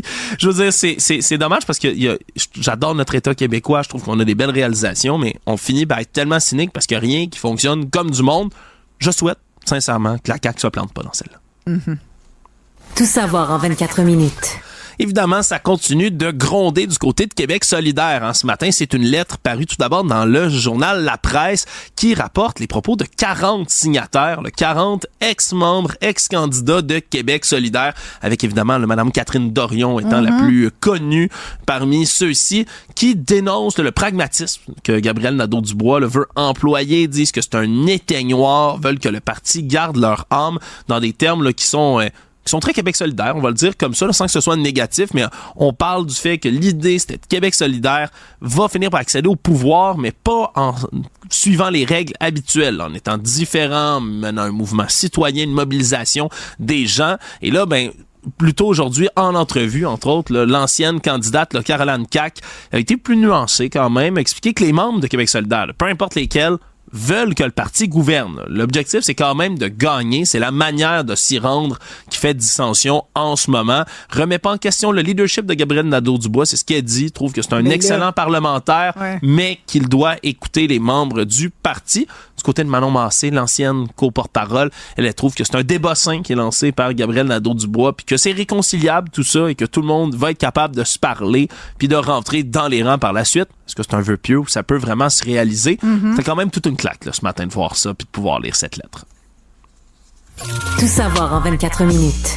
Est-ce que c'est la fin de la saga des pleins de marde, hein? Le plein de marde gate, comme on peut l'appeler? J'ai du plaisir chaque fois que je le prononce en ondes. Je me sens comme un enfant qui dit des mauvais mots et qui trouve ça drôle. Francis Drouin, je rappelle, député franco-ontarien, traité des chercheurs qui étaient venus devant la commission des langues officielles et les a traités de plein de marde alors qu'ils exposaient des faits statistiques sur le français et l'éducation. Et là, ben, aujourd'hui, 3 jours finalement, plus tard, je pense. on est rendu à presque 3 jours plus tard, a présenter finalement des excuses officielles au comité Isabelle. Il est à peu près temps, on s'entend. Et puis, là, aussitôt dit, aussitôt la charge des oppositions s'est poursuivie du côté du Bloc, tout comme du Parti conservateur. On veut qu'il démissionne du comité des langues officielles. On veut qu'il démissionne de sa présidence à l'Assemblée parlementaire de la francophonie. Fait que ça a pas eu l'air d'éteindre la grogne. Surtout que, c'est sûr, tes excuses passent moins bien quand c'est au bout de plusieurs jours, que tu persistes tes signes pendant 2 jours, que le premier ministre il en a même rajouté, là. Il en a rajouté. Ouais, il a dit que c'était la machine il peut plus du Québec. Il peut plus être sur le comité parlementaire de la francophonie, à mon avis. C'est ce qui est dit d'un peu partout. Et donc, vraiment, c'est peut-être pas la fin de la saga. Là. Lui pensait peut-être éteindre tout ça aujourd'hui, mais ça fait encore gronder puis pas à peu près un peu partout. Économie. C'est enfin fait après des années et des années de négociations. Voilà que le fédéral est arrivé enfin à une entente pour racheter le pont de Québec. Parce que c'est un dossier, ça, qui dure depuis tellement longtemps. Ouais, qui dure depuis tellement longtemps. Je rappelle que dans la campagne électorale qui les a portés au pouvoir en 2015, les libéraux au fédéral avaient dit qu'ils régleraient le dossier du pont de Québec avant le 30 juin 2016. Ça vient d'être réglé en 2024, mais c'est pas grave. Au moins, c'est fait de ce côté-là. Parce que, je rappelle, le pont de Québec là, devait être racheté par le fédéral depuis longtemps. Parce que le CN, le Canadien national, compagnie de chemin de fer, possède le pont depuis 1993. Mais là, on doit le racheter, on doit le reprendre du côté du fédéral. Et là, on négocie depuis des années. Et pour l'instant, puis moi, c'est surtout là-dessus que j'accroche.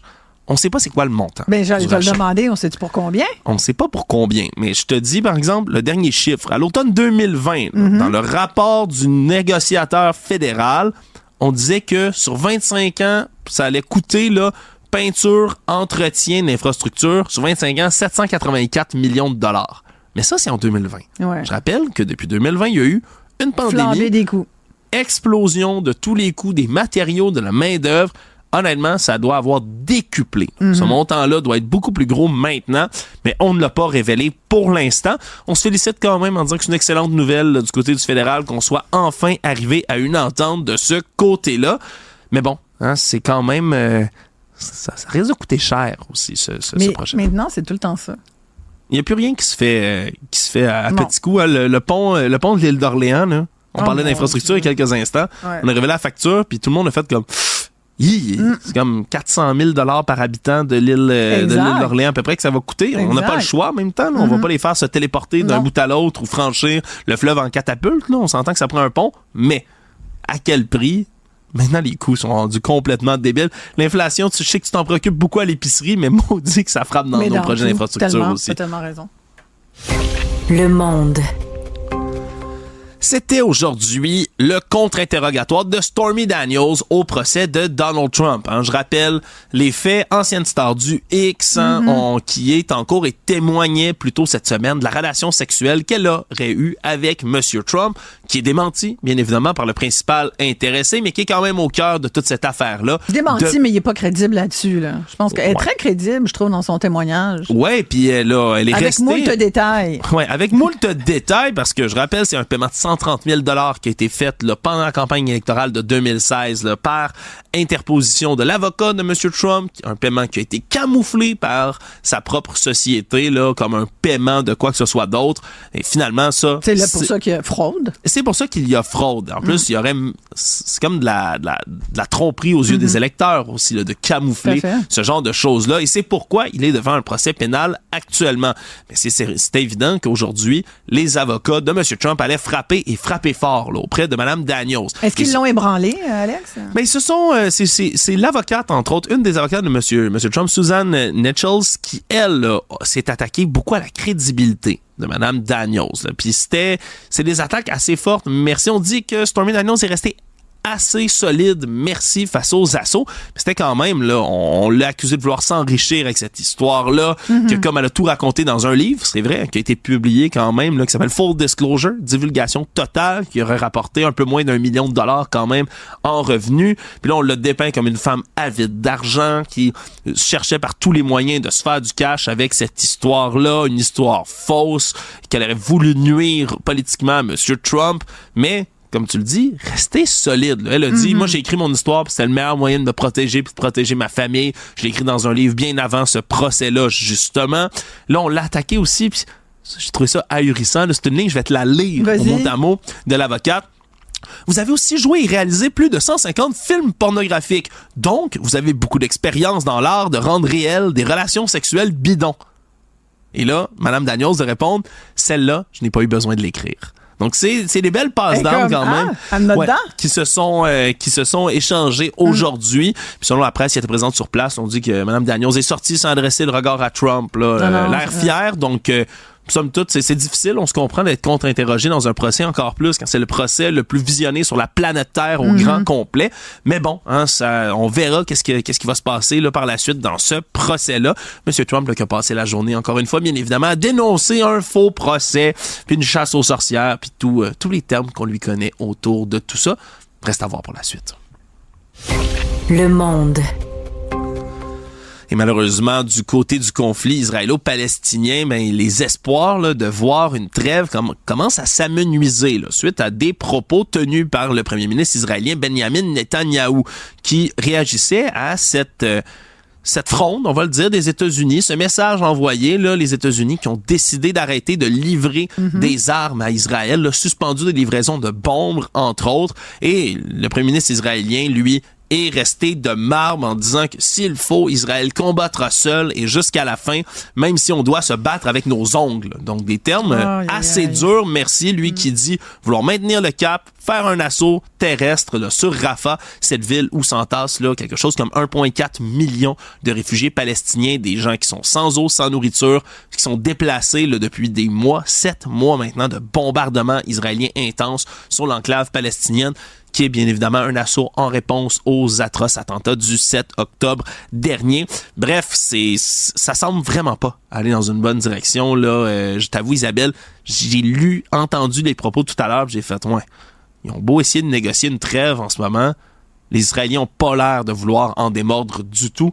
C'est assez triste à voir. Et Netanyahou, il a la position dure, il l'a dit qu'il démordrait pas, puis c'est cette ligne qui tient jusqu'à maintenant. Mais je trouve que c'est difficile maintenant de maintenir ça. Oui, ben c'est difficile d'être du côté d'Israël aujourd'hui, même si tu as l'impression qu'il y a eu que des deux côtés, d'un point de vue extérieur. Je pense qu'aujourd'hui, tu as juste envie de dire il faut absolument cette trêve. Mais il la faut absolument, puis quand la pression vient de tous les alliés d'Israël... Parce que sinon, ça a vraiment des allures de génocide. Là. Ouais, puis je veux dire, c'est pas... les États-Unis ont vraiment attendu avant de devenir plus durs là-dessus. Si les États-Unis, puis on se comprend, il y a des observateurs de la CIA qui sont sur place, eux le disent, là, regarde, ça n'a plus d'allure, il faut vraiment que ça arrête. Et Israël décide d'en faire fi puis de continuer seul. Ils vont se ramasser seuls. Ils vont se retrouver seuls. C'est ce qui risque d'arriver malheureusement à cette étape-ci. Donc, bien triste déclaration du premier ministre israélien. Eh bien voilà, alors tout savoir en 24 minutes, mais c'est encore mission accomplie! Cube. Débat, opinion et analyse. Explore toutes les facettes de l'actualité.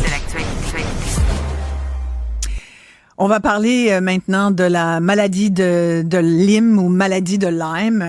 Et vous savez qu'on parle ici des tiques. La population de tiques au Québec a explosé depuis une dizaine d'années. aucune région n'est épargnée. Et c'est vraiment dans ce contexte-là que cette semaine, on a annoncé que l'Université de Sherbrooke lançait une nouvelle chaire de recherche sur la maladie de Lyme. On a un extrait vidéo d'un documentaire que j'ai eu l'occasion de produire il y a plusieurs années, au moment où justement au Québec, la santé publique niait encore l'enjeu public que représentait la maladie de Lyme. Et je peux vous dire que les témoignages des gens qu'on avait recueillis à l'époque, on les recueillerait aujourd'hui, puis ça serait un peu la même chose, même si on a quand même avancé un peu dans la compréhension de la maladie, mais surtout sur le constat que c'est un véritable enjeu de santé publique. Si vous voulez, on va écouter quelques-uns de ces témoignages. J'avais juste plus la force de vivre, j'étais juste une enveloppe qui souffrait. C'est une maladie très grave. On parle ici de vie brisée, là. Si ça n'aurait pas été de ma fille, sûrement, je serais plus ici, là, parce que je voyais pas le bout du tunnel. J'ai eu besoin de 2 ans d'antibiotiques, passer de la mort à la vie. Les premiers cas de maladie de Lyme ont été observés en 1970 aux États-Unis. Effectivement, maladie de Lyme, vous l'avez vu sur la carte, ça vient de la ville de Lyme au Connecticut. Aujourd'hui, pendant longtemps, on s'est dit les tiques ne vont pas venir nous infester ici au Québec, au Canada. Or, les tiques reconnaissent pas les frontières, n'est-ce pas? Donc, ça n'a pas été très long. Il a fallu quelques années pour que les populations de tiques se répandent. Et ce qui est extrêmement délicat, c'est que toutes ne sont pas infestées avec les fameuses bactéries qui donnent la maladie qui est si débilitante, mais il y en a quand même de ces tiques qui sont effectivement dangereuses. On va en parler tout de suite avec l'ex-député de Mercier. Il est microbiologiste et infectiologue. Il connaît très, très bien cette maladie. Bonjour, Amir Kadir. Bonjour. Merci beaucoup, Dr Kadir, d'être avec nous. D'abord, allons-y sur... Je veux vraiment vous remercier parce que cette semaine, tous ceux qui veulent me parler veulent que je parle de Québec solidaire et de ses problèmes internes. Alors que c'est le... Ben là, donnez-moi pas envie, là.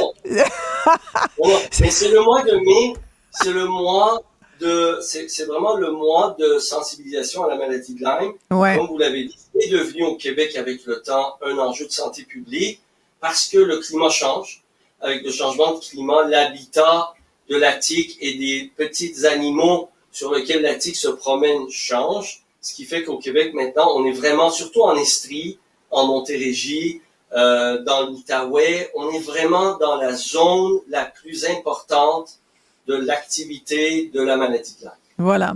Même si on trouve maintenant aussi des cas, parce que la Direction de la santé publique de Montréal l'a même dit, faites attention, même à Montréal, il y a eu des cas qui ont été diagnostiqués. Donc, on se rend compte maintenant qu'il n'y a plus personne qui peut vraiment être au-dessus de ses affaires avec ça, puis il faut vraiment faire attention. Oui, mais en même temps, c'est ça. Moi, j'insiste, c'est pour ça qu'on se parle aujourd'hui sur, disons, l'importance d'y accorder toute l'attention nécessaire. D'où le fait aussi qu'on a mobilisé plein de choses depuis 7 ans maintenant, puis le gouvernement a agi, l'INES a produit un rapport, et maintenant il y a eu l'annonce d'une chaire de recherche au moins pour s'occuper de la phase aiguë, puis de comprendre comment ça évolue dans le temps. Ça, c'est Dr Alex Carignan de l'Université de Sherbrooke. Mais le problème majeur, c'est pas tant dans le Lyme aigu. La plupart des gens qu'on attrape et avec lesquels on n'a pas de difficulté à obtenir le diagnostic par la sérologie, on les traite puis c'est réglé. Mais il y a un certain nombre de gens qui n'ont pas les symptômes classiques, qui passent inaperçus, la maladie reste en eux, puis là, quand on les traite plus tard, on se ramasse avec des problèmes à long terme et c'est sûr que c'est important. Donc, la meilleure chose à faire, sachant qu'il y a des tiques partout au Québec qui peuvent le transmettre, c'est que si on va dehors puis on fait des activités durant une journée, le soir, quand on revient à la maison, on se regarde mutuellement, on essaie de voir si notre conjointe, nos enfants, il y a quelque chose qui est accroché à eux sur leur corps, parce que, heureusement, la tique ne peut pas transmettre immédiatement. Ça prend plusieurs heures. Donc, on a le temps, si on prend soin de faire attention, de se surveiller, de s'examiner après nos activités de plein air durant la journée, normalement, on devrait en prévenir beaucoup, beaucoup. Moi, je vous avoue, Dr Kadir, depuis que j'ai produit ce documentaire dont j'ai montré quelques extraits à nos auditeurs, qui s'intitule « Quand la maladie nous mord » et que j'ai fait déjà il y a 6-7 ans. Puis déjà, à l'époque, là, c'était un véritable enjeu au Québec, mais la santé publique le niait. Disait aux gens, moi, dans ce documentaire-là, il y a des gens qui me disaient, moi, ça fait des années qu'on me dit, vous avez peut-être la sclérose en plaques ou vous avez un cas de maladie chronique un peu imaginaire, genre, c'est dans votre tête, ma petite madame, ou encore vous avez de la fibromyalgie. Bref, c'est vrai que les symptômes sont pas clairs et peuvent être associés à plusieurs maladies autres, mais il y avait comme une espèce de... On niait beaucoup le témoignage des patients, alors qu'aux États-Unis, à la même époque, c'était traité. Il y avait on peut guérir la maladie de Lyme, il faut le dire aux gens aussi. Là. Malheureusement, les gens au Québec étaient très, très mal traités. Est-ce que c'est mieux traité aujourd'hui, Dr Kadir? Madame Marshall, voici le problème. C'est qu'à l'époque où vous avez fait votre reportage, votre enquête, au Québec, on n'avait pas encore mené les batailles et les représentations qui ont été menées par l'Association québécoise de la maladie de Lyme, la QML, qui ont été menées par cette association par la suite, grâce justement, rendu possible cette mobilisation, grâce à des reportages comme le vôtre. Aux États-Unis, ces batailles-là ont été faites il y a 10, 15, 20 ans parce que l'incidence de la maladie était beaucoup plus importante, comme au même niveau qu'elle l'est aujourd'hui, mais il y a 10, 15 ou 20 ans dans le Sud. Donc, il y a des changements qui ont été apportés plus rapidement. Et la faute, c'est pas la faute de la santé publique, je dois vous dire.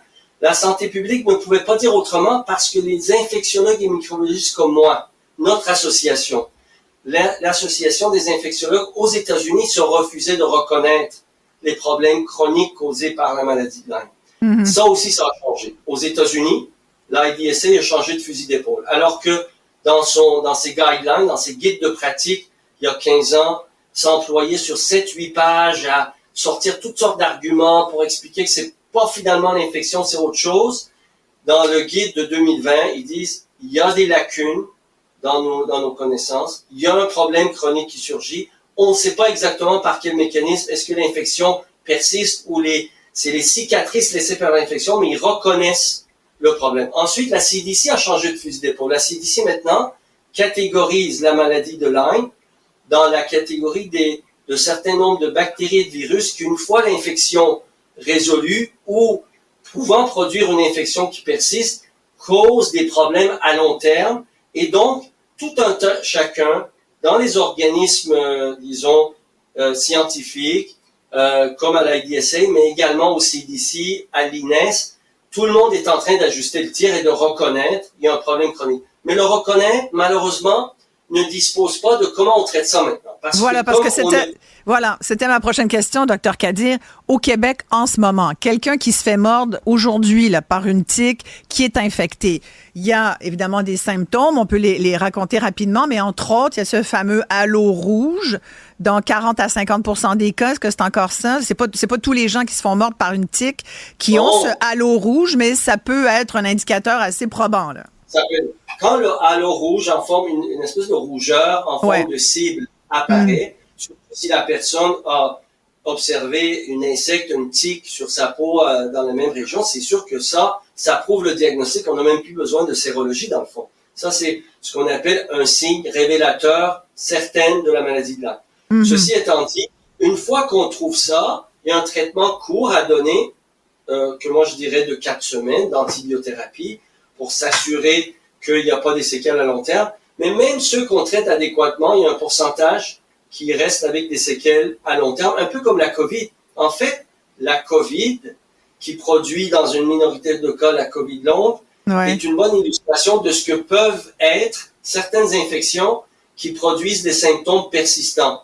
D'ailleurs, maintenant, le paradigme a changé en partie à cause de la COVID parce qu'une équipe de l'université de Yale a fait paraître un article dans Nature il y a à peu près 2 ans, qui est un journal scientifique réputé, pour parler de ces syndromes post-infection aiguë inexpliqués, puis dans lesquels il y a la bactérie de la maladie de Lyme, il y a la bactérie de la fièvre Q, il y a le virus de la COVID, mais aussi d'autres virus, dengue, le virus de la mononucléose, l'influenza. Donc, il y a à peu près une quinzaine de pathogènes, de microbes, qui, même quand le corps se débarrasse des symptômes aigus, peuvent laisser des séquelles à long terme. Puis là, malheureusement, on n'a pas de cadre ou de précision adéquate pour savoir exactement comment le traiter. Fait que une première approche, ça a été pour des cliniques comme la mienne, de donner des antibiotiques prolongés, parce qu'aux États-Unis, il y a une expérience qui s'est accumulée, puis une partie des gens répondent aux antibiotiques prolongés. Mais il y a encore un tiers dans ma pratique, dans les résultats qu'on a présentés à des organisations scientifiques l'année passée. Malheureusement, il y en a un tiers où on réussit pas, comme si il y a une cicatrice qui était laissée sur le système immunitaire, puis sur certains fonctionnements de notre système nerveux autonome qui faisaient que les antibiotiques, ça ne suffisait pas. Ouais. Alors donc, c'est 4 semaines d'antibiotiques et pour la phase aiguë. Pour la phase prolongée, c'est plus long. Et là, les gens, s'ils voient là, qu'il y a une tique là, qui les a mordus, ils vont s'acheter un tire-tique, une espèce de petit instrument, puis ils essayent de se l'enlever eux-mêmes, ou en tout cas avec un proche qui peut leur enlever. Mais il faut faire bien attention aussi de bien manipuler ça, parce que c'est difficile d'aller voir son médecin de famille. Il y a bien des Québécois qui n'en ont pas. Rendez-vous. Qu'est-ce que vous suggérez, Dr Kadir, là-dessus, là, si on se rend compte qu'on a été mordu? Ça, c'est la beauté de la chose. Depuis 2020, lorsque l'INES a produit son premier rapport sur quoi faire en cas de piqûre de tique, puis tout ça, pour éviter que les gens soient bloqués par le fait de ne pas avoir accès au médecin. Ouais. L'idée, c'est que si vous êtes mordu, il faut se rendre dans les 24-48 heures à n'importe quelle pharmacie, et les pharmaciens sont maintenant autorisés à donner une première pilule, en fait 2 pilules de doxycycline, qui devrait régler le cas de beaucoup de gens. C'est-à-dire que si on donne des antibiotiques à temps, avant que la bactérie puisse passer de la peau au sang, à la circulation sanguine, on vient de couper l'infection. Ça, c'est donc la première étape à faire. On s'en vient, il y a des gens qui font de la recherche pour produire maintenant même un antibiotique sous forme locale, qui serait appliqué sur la peau, sur la lésion, pour s'assurer que c'est localement qu'on traite ça. On est en train de faire des démarches auprès du ministère pour même dire, dans le fond, les gens qui vont en camping, mettons qui vont en randonnée sur la Long Trail aux États-Unis, mais ils peuvent pas, au milieu de leur randonnée, revenir à une pharmacie. Donc, d'emporter avec eux une prescription préventive, comme les gens qui vont dans les voyages dans les pays en développement, on leur prescrit des fois de la Cipro si jamais ils ont une diarrhée due à des infections bactériennes. Donc, dans ce contexte-là, il y a une série de mesures qu'on est en train de prendre pour que les gens puissent couper court à la possibilité que l'infection s'installe dès qu'ils aperçoivent qu'ils ont été piqués. Bon. Ben, on va espérer que cette chaire, entre autres, qui vient d'être lancée à Sherbrooke aussi, nous en apprenne plus sur cette maladie. Puis on rappelle la prudence. Moi, je vous avoue, depuis que j'ai fait ce documentaire, Quand la maladie nous mord, les gens peuvent le trouver sur YouTube d'ailleurs. J'ai moins de plaisir à aller dans le bois. Je fais très, très, très attention. Là, ça veut dire que j'ai pas fait ma job convenablement. Mais là, vous me rassurez un peu, sachant maintenant qu'on a avancé sur les médicaments aussi. D'abord, sachez bien que même une partie, un peu comme la COVID, une partie des gens même qui ont l'infection, qui s'en aperçoivent pas, qui n'ont pas de traitement, leur système immunitaire va s'en débarrasser. Donc, sur le nombre de gens qui se font piquer, il n'y en a qu'une minorité qui se ramasse avec des problèmes. Ouais. Mais ce qu'on veut, c'est que même ceux-là soient protégés. Alors, au lieu de s'empêcher d'aller avoir du plaisir, faites juste le soir, avant de vous coucher, là, regardez-vous le corps, demandez à votre conjoint, à votre bien-aimé, à vos parents, à vos proches, de vous examiner. Et vos animaux de compagnie également. Et là, vous m'avez tendu la perche avant de vous laisser aller, Dr Kadir. Mais là, on a vu cette lettre signée par 40 solidaires ce matin. Je me trompe ou il n'y a pas le nom d'Amir Kadir? Moi, j'ai signé une autre lettre. Disons que c'est parce qu'il y en a beaucoup qui circulent. Je suis d'accord sur les grandes lignes de leur lettre. J'utiliserai pas une enflure verbale de type notre démocratie en miettes. Je me rappelle même pas si c'était dans le contenu de la lettre ou juste le titre de la presse. Notre démocratie interne. En faillite. Oui, réinventer notre démocratie en faillite. C'est ça le titre de cette lettre. Je n'utiliserai pas ce genre d'enflure verbale. On a déjà eu, même avant la formation de Québec solidaire, il y avait l'Union des forces progressistes dans laquelle j'étais impliqué et Option citoyenne dans laquelle Françoise Saillant, Françoise David et des dizaines de femmes et d'autres hommes étaient impliqués. On avait des différends. Puis au départ, si on voulait se crêper le chignon, ça aurait été quelque chose ça aurait été du même ordre. Au lieu de faire ça, on a surmonté ça en créant un comité de liaison pendant, je pense, 9 mois. Il y a eu des débats, on a surmonté les différends, on a accouché de quelque chose qui pourrait allier tout le monde. Je pense qu'on peut débattre sur des enjeux qui sont critiques, qui sont un peu sensibles, de manière constructive, puis construire dans l'unité plutôt que des clivages comme certains voudraient qu'il se passe. Et je pense qu'on va tabler sur cette expérience-là à Québec solidaire. On a fait à peu près la même chose quand il a fallu discuter du débat sur les travailleurs du sexe, le travail du sexe. Ça a été un débat tant sensible. Il y a eu un autre débat qui était sensible, qui était sur est-ce qu'on fait une entente électorale avec le Parti québécois ou pas. Ensuite, mais là, c'est l'avenir. Là, c'est l'avenir du parti dont il est question. Et c'est aussi le leadership de Gabriel Nadeau-Dubois qui est en cause. Oui, exact. Là, il y a quelque chose... ça, c'est l'angle général, le grand angle dont on vient de parler. Il y a un angle plus rapproché. Je pense que Gabriel l'a accepté, là, que la direction, et lui en particulier, l'ont échappé. Il y a des manières de faire, d'agir à l'interne pour que les gens ne se sentent pas exclus, disons, mis sur la voie de côté, surtout quand il s'agit de nos plus brillants talents, comme Émilie, comme Catherine Dorion. Il aurait fallu que le signal d'alarme de Catherine fasse en sorte que le parti, sa direction, Gabriel, fasse plus attention qu'il ne faut. Malheureusement, il l'a échappé, il le reconnaît. Puis la direction actuelle qui est assurée par 2 femmes, c'est-à-dire Roxane Milo, à titre de présidente du parti, puis notre DG qui est, j'oublie Fortin, Myriam Fortin. Les 2 sont maintenant conscients qu'il faut absolument qu'on prenne le corne là, par les 2 bouts, puis qu'on réussisse à faire en sorte que les décisions se prennent de manière vraiment collégiale, puis que malgré je dirais la frénésie du travail parlementaire qui fait que Gabriel peut, parfois, dans l'espoir de faire le travail avec le plus d'efficacité possible au Parlement, ça ne crée pas une distraction qui fasse que il n'accorde pas toute l'attention nécessaire à la nécessité de respecter l'autre porte-parole. Merci beaucoup. Merci beaucoup, Amir Kadir. Au revoir. Le problème n'est pas là. Francis Gosselin. Ça sonne comme une arnaque. J'ai-tu une bonne logique, moi, là? Mario Dumont. Dis pas que c'est pour faire plus d'argent. La rencontre.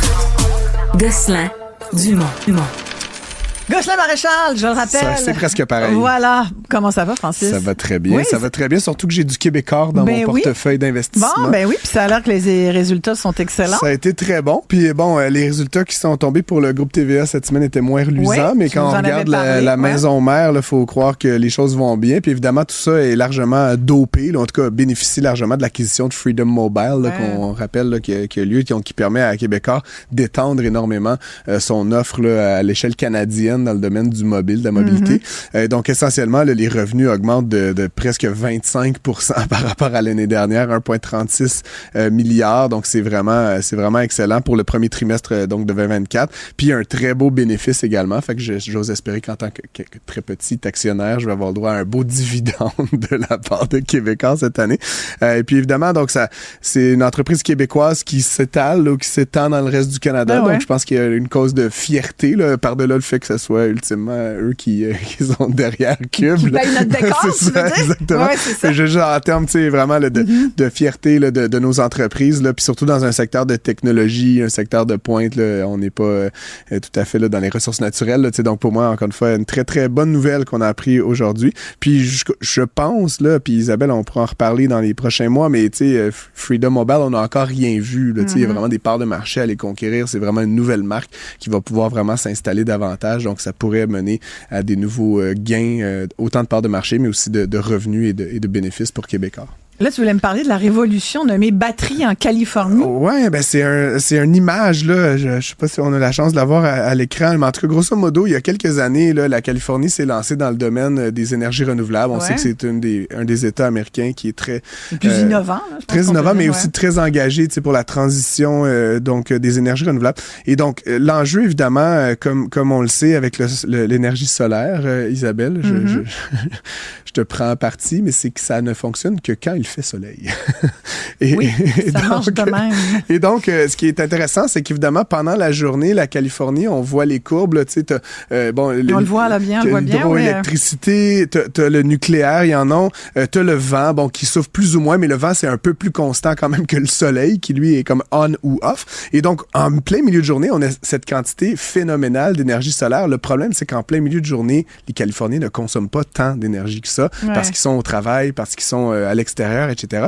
La pointe, comme on en parle souvent même au Québec, la pointe survient au retour à la maison. Exact. On cuisine, on prend sa douche, on fait du lavage, on fait plein de choses qui prennent énormément d'énergie. Et donc, cette pointe-là, comme souvent le soleil était couché, mais on la compensait comment? Avec des énergies non renouvelables, donc avec de l'énergie, essentiellement le gaz et de l'importation énergique. Des énergies fossiles qui sont donc... exactement, dont on veut se débarrasser. Et donc, ce qui est vraiment intéressant pour moi, Isabelle, c'est que là, donc on sait, avec les voitures électriques et tout ça, on en parle beaucoup des batteries, mais les batteries, ce n'est pas que pour ça. Il y a carrément, en Californie, aujourd'hui, des immenses parcs, c'est comme un peu des conteneurs, là, si tu veux, empilés les uns par les autres, qui sont des batteries, là, dans le fond, dans un espace d'enclos, et qui permettent de pousser de l'énergie sur la grille, donc, californienne, et de emmagasiner tout au long de la journée pendant qu'il fait soleil de l'énergie et de l'utiliser juste pour prolonger. J'allais te demander, il n'y a pas moyen de l'utiliser, de la mettre en boîte quelque part, cette énergie solaire de l'après-midi. C'est exactement ce que fait la Californie. Et donc, c'est très intéressant parce que ce que ça vient faire, c'est que ça réduit énormément le besoin d'énergie non renouvelable parce que ça permet de prolonger, dans le fond, cette période-là pendant laquelle on utilise l'énergie renouvelable. Mais c'est un article intéressant du New York Times auquel tu fais référence, puis qui dit que depuis 2020, comme tu dis, la Californie a installé plus de batteries géantes partout dans le monde, à part en Chine, là, où il y en a beaucoup, là, mais c'est dans le reste deuxième. Du monde, ouais, c'est quand même impressionnant. Et je me pose la question, parce que pour nous, ça serait bon. Au Québec, j'y arrivais. On a des belles journées ensoleillées l'hiver, tu sais. J'y arrivais au Québec, évidemment.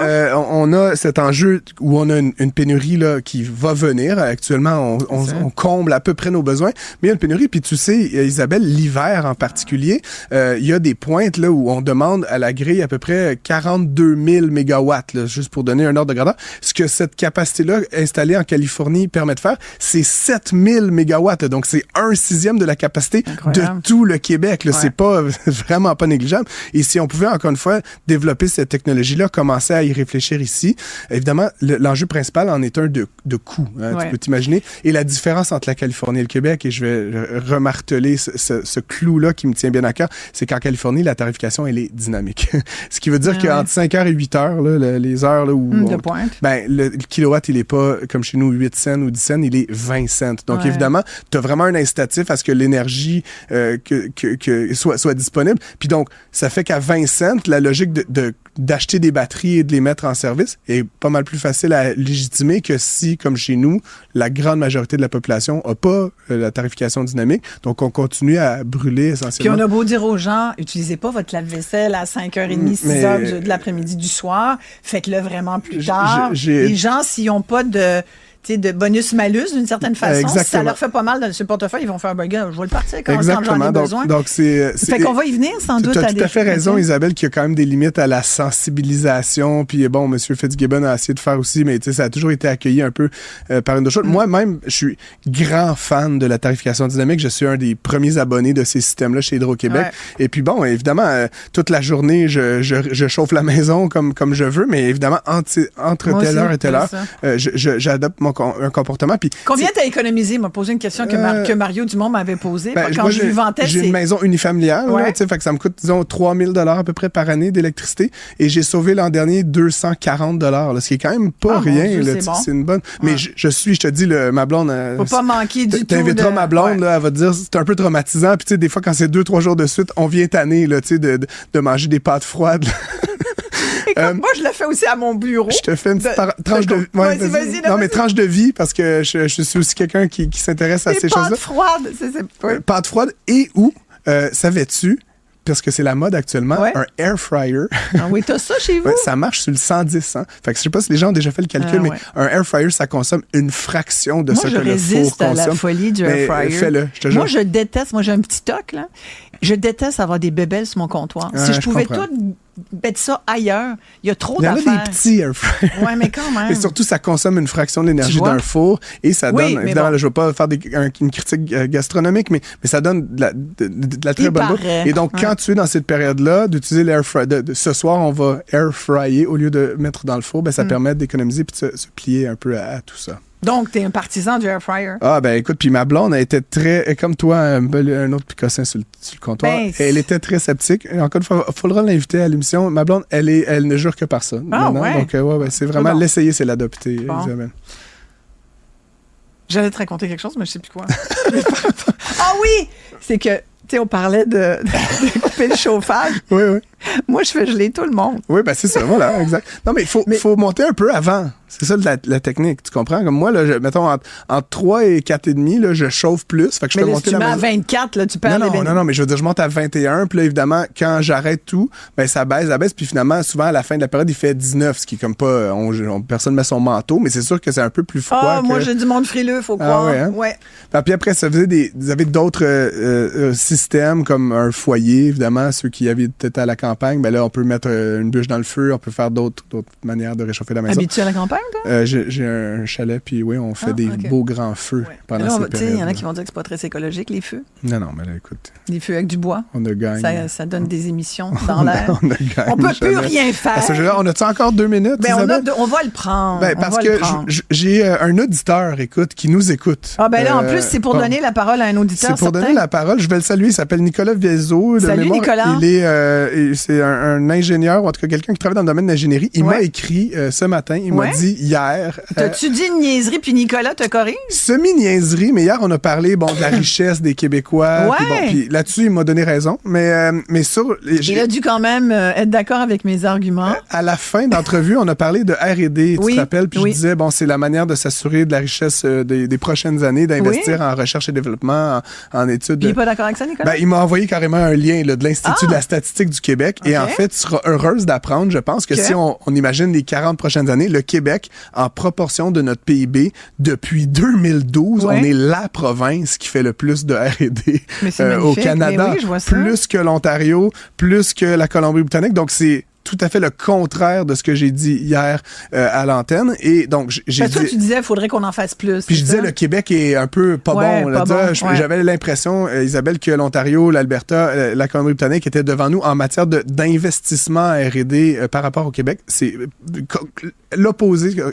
Et donc, j'ai échangé avec Nicolas, là, on a chatté longuement ce matin, et je lui disais, mais il me semble que j'ai déjà vu ça quelque part, et donc Isabelle, je suis allé voir, je me suis intéressé par exemple à est-ce que c'est la part peut-être du privé, parce qu'on sait au Québec, l'État est très interventionniste en R&D, on a les grappes industrielles de l'aéronautique, les jeux vidéo, et je me suis dit, peut-être qu'en fait le Québec est très devant, mais c'est parce que c'est plein d'argent public, et donc j'ai fouillé essentiellement l'Ontario, mais dans ces chiffres-là, 56% du budget de R&D de l'Ontario est privé, contre le reste public. Le Québec est à 55, donc juste derrière. Et ce sont les deux provinces loin devant tous les autres. L'Ontario est à 51%, la Colombie-Britannique à 49%, et la moyenne canadienne est à 51%. Donc, essentiellement, même si on regarde l'investissement privé en R&D, le Québec là, est dans le peloton de tête là, à égalité pratiquement avec l'Alberta. Donc, en tout cas, mea culpa, là, c'est une impression que j'avais. Je me suis basé, je sais pas sur quel chiffre, mais c'est parfait que tu reviennes là-dessus. Puis, gars, on se couche moins niaiseux. Exactement. C'est parfait. Hey, on salue Nicolas et tout. Et il faut continuer ça, parce que je réitère ce que je disais hier. Pour moi, c'est 2,3% du PIB québécois qui est mis à chaque année à R&D, et maintenir ces niveaux-là d'investissement à R&D en innovation, c'est ce qui veut dire que dans 10 ans, dans 20 ans, dans 30 ans, nos enfants, nos petits-enfants vont être plus riches parce qu'on va développer les produits et les services de l'année. Fait que go Québec. Là, et ça crée ça nous permet de trouver des nouveaux médicaments, trouver des nouvelles façons de faire, trouver des... Et de les vendre partout sur la planète, tu comprends? Parce que ceux qui font cette recherche-là, c'est non seulement un rapport économique, mais on devient les leaders mondiaux versus des pays qui font aucune ou très peu de recherche. Mais qu'est-ce qu'ils font? Ils achètent les produits que ceux qui ont fait de la R&D dans le passé ont développé et commercialisé. Ben écoute, ça fait notre journée. Donc, tu vois?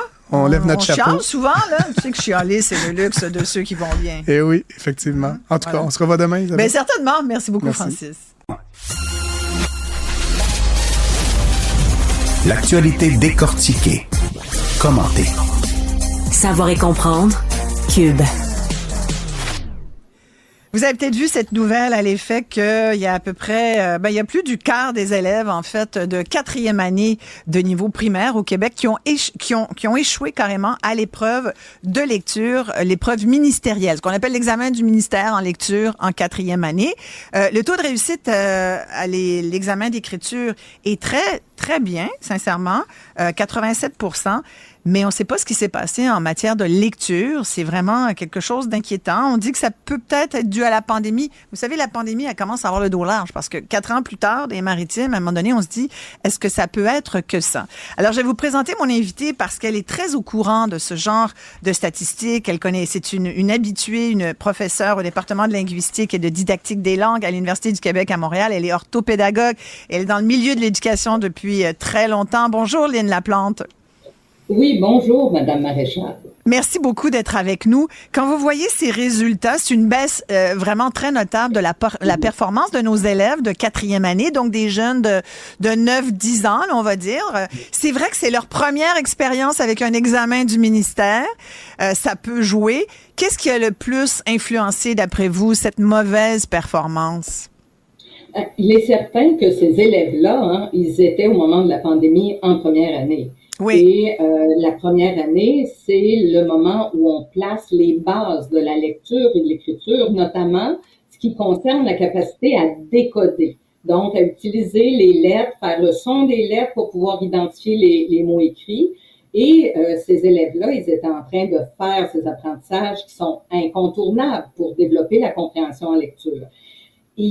Il s'est passé quelque chose, évidemment. Les élèves les plus forts ont fort probablement réussi à ou bien rattraper ou bien ils étaient suffisamment avancés au moment de l'arrêt, au mois de mars, pour pouvoir maintenir les apprentissages. Mais les élèves les plus faibles, eux, ces habiletés n'étaient probablement pas suffisamment solides pour pouvoir maintenir les apprentissages. Et là, ils ont continué à accumuler des retards. Mais en même temps, vous avez raison quand vous dites que la pandémie a le dos large, c'est que il y a toujours eu des élèves, une certaine proportion d'élèves qui ont de la difficulté à apprendre à lire. Mais ici, c'est comme si la pandémie était venue faire en sorte que ceux qui passaient peut-être à la limite, juste au-dessus de la ligne, ils se sont retrouvés en dessous de la ligne. Et c'est ce qui expliquerait au moins en partie les résultats qu'on observe. Parce que si on regarde les taux de réussite des années précédentes, en 2018, il y avait 82% des élèves qui avaient réussi. En 2019, 80,6. En 2022, 86,3. Donc 2 ans après la pandémie, il y a quand même 86% des élèves qui ont réussi l'épreuve ministérielle de lecture en 4e année. 86%, c'est un très, très bon résultat. Et là, 2023, 73. Une baisse vraiment de 13%. Oui, la pandémie, mais après, il y a toutes sortes, je lisais là-dessus, puis il y a certains spécialistes comme vous, Lynne, qui disent, peut-être qu'on les prépare pas assez bien, ces élèves-là, ces jeunes-là, et je suis retournée voir aussi, en termes d'adultes, notre niveau de littératie, ça fait toujours un peu, c'est toujours un peu dommage de regarder ça, qu'il y a des centaines de milliers de Québécois qui sont des analphabètes fonctionnels, ça démontre qu'ils fonctionnent, mais ils ont de la misère à lire plus qu'un paragraphe. Là. Deuxième paragraphe dans un article de journal, là, ils décrochent parce qu'ils ont de la difficulté à lire. Il y a encore des gens qui ont de la difficulté à écrire. La lecture aussi, on sait que c'est un éditeur qui m'avait dit ça il y a une couple d'années. Un livre, là, c'est 170 pages, pas plus. Au-delà de 170 pages, là, les gens décrochent. Les gens achètent des petits livres aujourd'hui, puis ceux qui écrivent des grosses briques, là, comme une certaine époque, ça, là, c'est pas populaire. Alors, c'est tous ces éléments-là. Je ne sais pas lequel est le pire, lequel a le plus d'influence, Lynne Laplante, là-dessus. Qu'est-ce que vous en pensez? Oui, en fait, c'est très complexe. Vous venez de soulever plusieurs facteurs qui peuvent jouer dans le développement, l'apprentissage de la lecture et aussi de l'écriture. Dans le cas particulier ici de la performance en 4e année, c'est vrai qu'il s'agit d'une cohorte qui était en première année, et donc, il en était à ses tout débuts d'apprentissage de la lecture, de sorte que l'arrêt scolaire au mois de mars a pu contribuer. Mais il demeure, comme vous le soulignez également, qu'il n'y a pas toujours eu cette pandémie et qu'il y a quand même une proportion non négligeable de Québécois dont le niveau de littératie n'est pas suffisamment élevé pour les rendre, en fait, ça les rend minimalement fonctionnels dans des situations de la vie courante. Et là, ça renvoie à toute la réflexion qu'on doit faire sur quelles sont les cibles d'apprentissage en tout début, notamment d'apprentissage de la lecture. Est-ce qu'on accorde suffisamment d'importance, entre autres, oui, à la littérature jeunesse, à la motivation des enfants, leur donner le goût de lire, mais est-ce qu'on accorde suffisamment d'importance aux bases de la lecture et est-ce qu'on s'assure que l'ensemble des élèves maîtrisent ces bases de la lecture qu'on appelle communément le fameux décodage, là. L'utilisation des lettres et faire le son des lettres pour arriver à aller chercher du sens dans ce qu'on est en train de lire, parce que la finalité, c'est bel et bien de comprendre le sens du texte. Mais si on bute à chacun des mots qu'on rencontre, parce qu'on ne maîtrise pas suffisamment cette habileté de base, c'est clair que l'accès à la compréhension est difficile. Et par la force des choses, on devient pas mal moins motivé quand on comprend pas trop ce qu'on lit. Alors, la motivation, c'est pas magique non plus. C'est pas que de faire la lecture aux enfants. C'est de faire en sorte qu'ils se sentent compétents et qu'ils comprennent ce qu'ils lisent, notamment parce qu'ils maîtrisent davantage ce qu'on appelle le décodage. Ouais. En même temps, quand je pense au Salon du livre, qui sont pourtant très populaires, on voit beaucoup de jeunes. La littérature jeunesse au Québec est très vivante. Il y a beaucoup d'auteurs et d'autrices jeunesse qui font des ouvrages fabuleux, qui créent des univers imaginaires formidables. Donc, tout est là, on a tout. Est-ce que c'est à qui le plus grand rôle? Je pense que les parents sont conscients de ça aussi, l'espèce de routine de lire un livre ou une histoire à son enfant avant qu'il s'endorme. Comment on peut encourager et surtout essayer de corriger un peu le tir, là? On peut toujours se dire c'est peut-être un examen difficile, mais en même temps on peut pas non plus mettre ça sous le dos de l'examen du ministère. Je sais pas comment vous voyez ça, Lynn, mais non. Très clairement, moi, je me préoccupe tout particulièrement de cette cohorte qui a été évaluée donc en juin 2023 et qui était donc en 5e année, cette année, qui termine sa 5e année du primaire. Quelles sont les mesures d'aide? Parce qu'au-delà des statistiques, derrière ces statistiques, il y a des humains, hein. Et il y a donc des jeunes qui ont été en échec en lecture et on ne sait pas exactement qu'est-ce qui a posé ce problème, qu'est-ce qui a causé ce problème. Je reviens encore à cette idée d'habileté fondamentale. Si on ne maîtrise pas suffisamment la capacité à identifier rapidement de façon automatique les mots écrits, c'est difficile de comprendre. Donc, au-delà des enjeux qu'on a, parce qu'aujourd'hui, des gens me disaient, oui, mais peut-être on va espérer que cette année, les résultats vont être meilleurs. Oui, on espère. Mais qu'en est-il de cette cohorte? Ben, cette cohorte-là qui s'en va au secondaire l'année prochaine, là, si on calcule bien. Fait que ça veut dire qu'ils vont arriver en secondaire 1 puis ils ont de la misère à lire. Fait que l'espèce de problème qu'ils ont, le genre, je comprends pas la question, ça va être pire au secondaire. Parce qu'au secondaire, là, en plus, c'est un gros changement. 6e année secondaire, on le sait, là, c'est très, très, très, ça peut même être très stressant, là, voire traumatisant pour certains. Donc, est-ce que vous suggériez du tuteur? Est-ce que les écoles devraient faire quelque chose, offrir un encadrement particulier pour cette cohorte en particulier? Définitivement, moi, ce que je pense, c'est que, en particulier pour cette cohorte qui était au tout début de l'apprentissage, donc les élèves qui étaient en première année et en 2e année, au moment là, du début de la pandémie, au-delà du constat, il y a un nombre X d'échecs. Il faudrait comprendre un petit peu plus qu'est-ce qui mène à cet échec. Et notamment, il faudrait aller vérifier leur fameuse capacité de décodage. C'est d'ailleurs une des orientations qu'a prise le ministère de l'Éducation de l'Ontario. Là, vous vous souvenez, on avait déjà discuté de ce que l'Ontario faisait par rapport à ce que le Québec allait faire, où c'est beau offrir des sous pour le rattrapage, le tutorat, mais quelles sont les cibles d'apprentissage pour ces élèves? On est au clair avec qu'est-ce qui pose problème et qui nuit à la compréhension en lecture et est-ce qu'on est en mesure à ce moment-là de leur fournir le soutien approprié? Voilà, c'est ça qui va être important. Exactement. Lynn Laplante, merci beaucoup d'avoir pris le temps de nous parler. Lynn Laplante est orthopédagogue et également professeure au département de linguistique et de didactique de l'UQAM. Merci beaucoup. Merci, Mme Maréchal. L'actualité décortiquée. Commentée. Savoir et comprendre. Cube.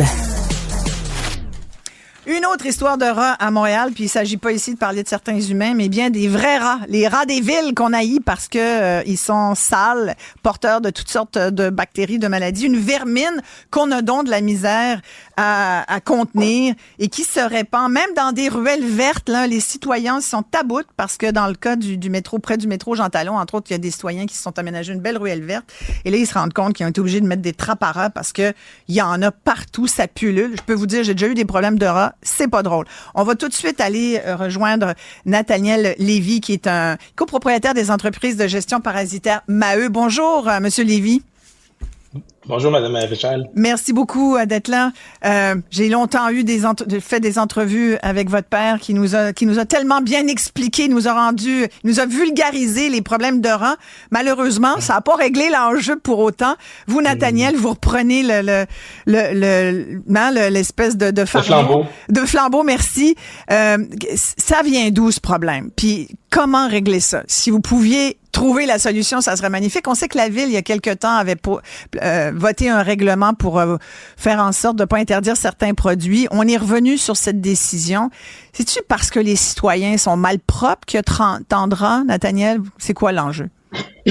C'est difficile de savoir d'où ça provient parce que dans toutes les grandes villes du monde, on se retrouve avec le même problème. Si on compare le problème avec Paris puis New York, j'ai fait mes petites recherches, là, j'ai vérifié, on se retrouve avec les mêmes problèmes où ce que les rats sont présents dans les rues, il y a des déchets dans les rues qui sont déposés avant les heures, avant les journées de ramassage de déchets. Il y a des constats qui sont donnés. Il y a des affiches de pas nourrir les animaux dans les espaces publics.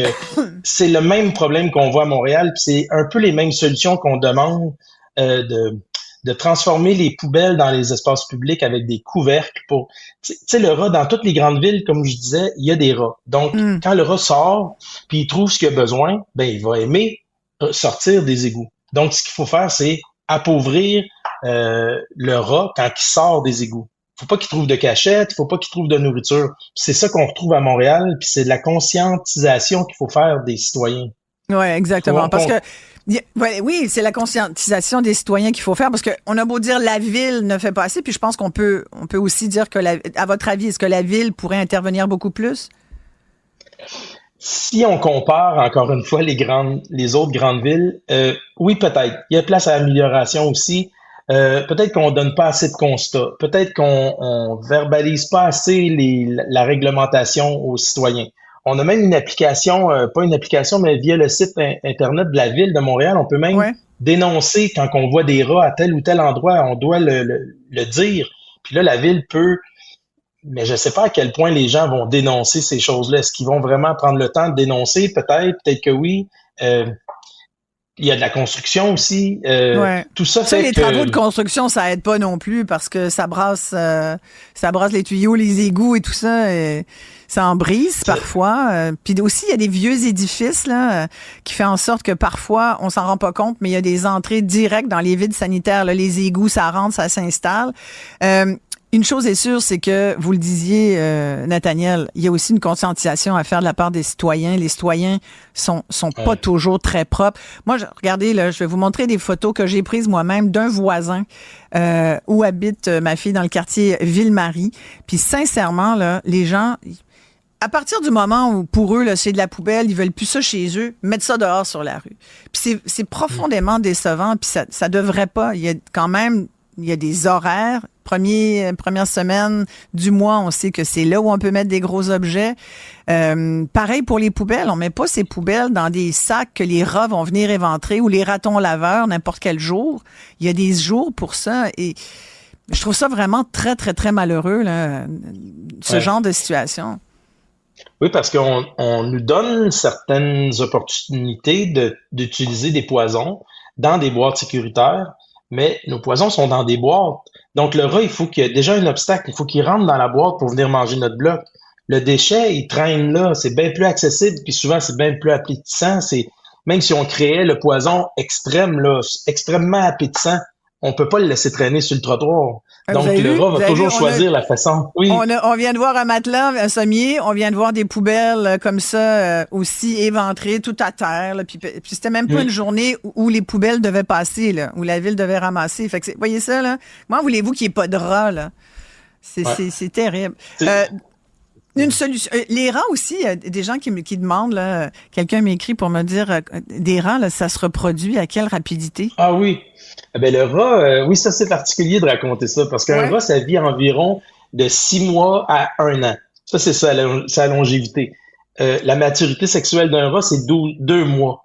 Donc, à 2 mois, il peut se reproduire. Il va se reproduire entre frères et sœurs, cousins et cousines. Il y a 6 portées avec, ça peut faire à peu près une 50aine de bébés par année. Donc, on dit souvent, il y a une statistique qui dit qu'un couple de rats, s'il pouvait engendrer, si on pouvait leur donner les conditions idéales, on pourrait engendrer 5000 rats. Juste un couple. Oh mon Dieu, 2 rats peut en faire 5000. Ouais. On va se laisser là-dessus, Nathaniel Lévy. Merci beaucoup de nous avoir parlé. Je suis sûr qu'on va se reparler prochainement. Ça fait plaisir. Toujours un plaisir. Merci. L'actualité décortiquée. Commentée. Savoir et comprendre. Cube.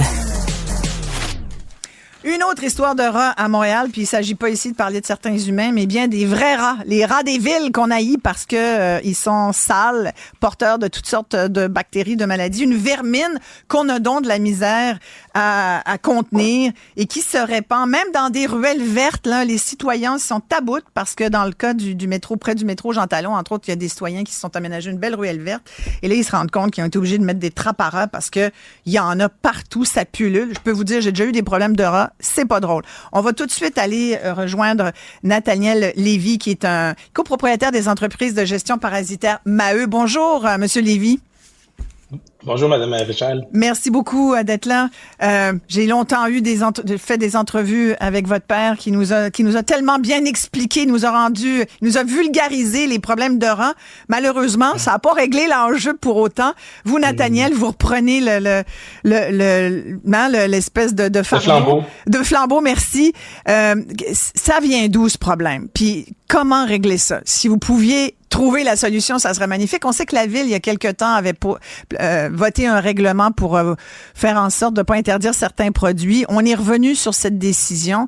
C'est-tu parce que les citoyens sont malpropres qu'il y a tant de rats, Nathaniel? C'est quoi l'enjeu? C'est difficile de savoir d'où ça provient parce que dans toutes les grandes villes du monde, on se retrouve avec le même problème. Si on compare le problème avec Paris puis New York, j'ai fait mes petites recherches, là, j'ai vérifié, on se retrouve avec les mêmes problèmes où ce que les rats sont présents dans les rues. Il y a des déchets dans les rues qui sont déposés avant les heures, avant les journées de ramassage de déchets. Il y a des constats qui sont donnés. Il y a des affiches de pas nourrir les animaux dans les espaces publics. C'est le même problème qu'on voit à Montréal, puis c'est un peu les mêmes solutions qu'on demande de transformer les poubelles dans les espaces publics avec des couvercles pour... Tu sais, le rat, dans toutes les grandes villes, comme je disais, il y a des rats. Donc, quand le rat sort, puis il trouve ce qu'il a besoin, ben il va aimer sortir des égouts. Donc, ce qu'il faut faire, c'est appauvrir le rat quand il sort des égouts. Faut pas qu'il trouve de cachette, faut pas qu'il trouve de nourriture. C'est ça qu'on retrouve à Montréal, puis c'est de la conscientisation qu'il faut faire des citoyens. Oui, exactement. Parce que oui, c'est la conscientisation des citoyens qu'il faut faire parce qu'on a beau dire la ville ne fait pas assez, puis je pense qu'on peut aussi dire que, à votre avis, est-ce que la ville pourrait intervenir beaucoup plus? Si on compare, encore une fois, les autres grandes villes, oui, peut-être. Il y a place à amélioration aussi. Peut-être qu'on donne pas assez de constats. Peut-être qu'on verbalise pas assez la réglementation aux citoyens. On a même une application, pas une application, mais via le site Internet de la Ville de Montréal, on peut même dénoncer quand on voit des rats à tel ou tel endroit. On doit le dire. Puis là, la Ville peut... Mais je ne sais pas à quel point les gens vont dénoncer ces choses-là. Est-ce qu'ils vont vraiment prendre le temps de dénoncer? Peut-être que oui.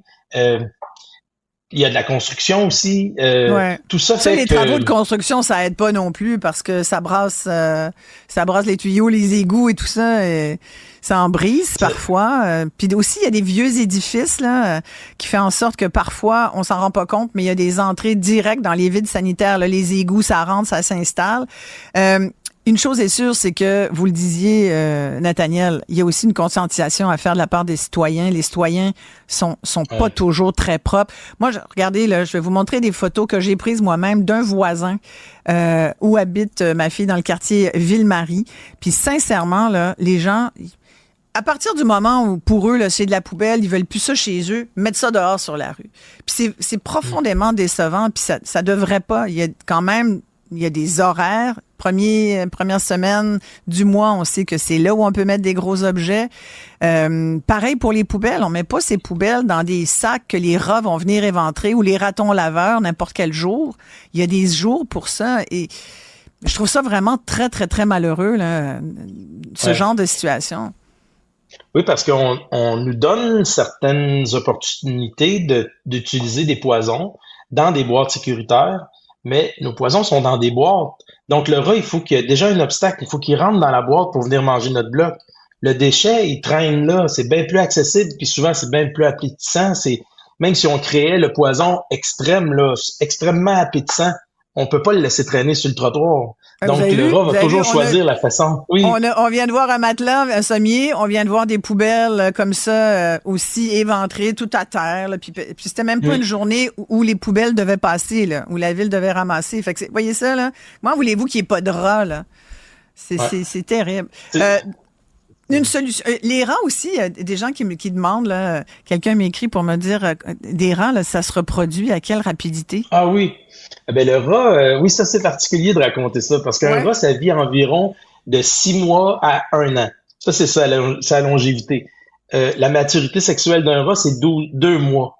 Donc, à 2 mois, il peut se reproduire. Il va se reproduire entre frères et sœurs, cousins et cousines. Ah! Il y a 6 portées avec, ça peut faire à peu près une 50aine de bébés par année. Donc, on dit souvent, il y a une statistique qui dit qu'un couple de rats, s'il pouvait engendrer, si on pouvait leur donner les conditions idéales, on pourrait engendrer 5000 rats. Juste un couple. Oh mon Dieu, 2 rats peut en faire 5000. Ouais. On va se laisser là-dessus, Nathaniel Lévy. Merci beaucoup de nous avoir parlé. Je suis sûre qu'on va se reparler prochainement.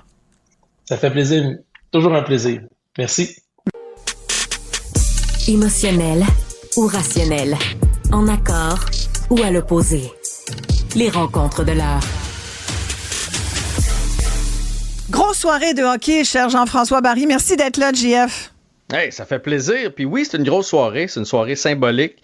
C'est une soirée historique. Ce sera le premier match de l'histoire du hockey féminin ici à Montréal. Donc, ça a commencé hier. Toronto a débuté ça. Toronto qui a une série contre Minnesota. Mais l'équipe de Montréal, j'ai donc hâte qu'on y trouve un nom. L'équipe de Montréal va jouer contre l'équipe de Boston. Donc, c'est le premier match officiellement. Puis Marie-Philippe Poulain l'a dit aujourd'hui. Elle qui est la capitaine a dit, je me suis levé en me disant, là, on est en série. Là, c'est it's playoff time. Là, c'est l'heure, c'est le moment.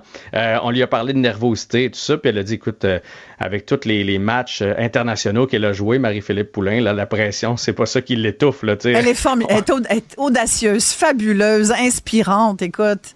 Tu connais son surnom? C'est quoi son surnom? Capitaine Clutch. Ouais.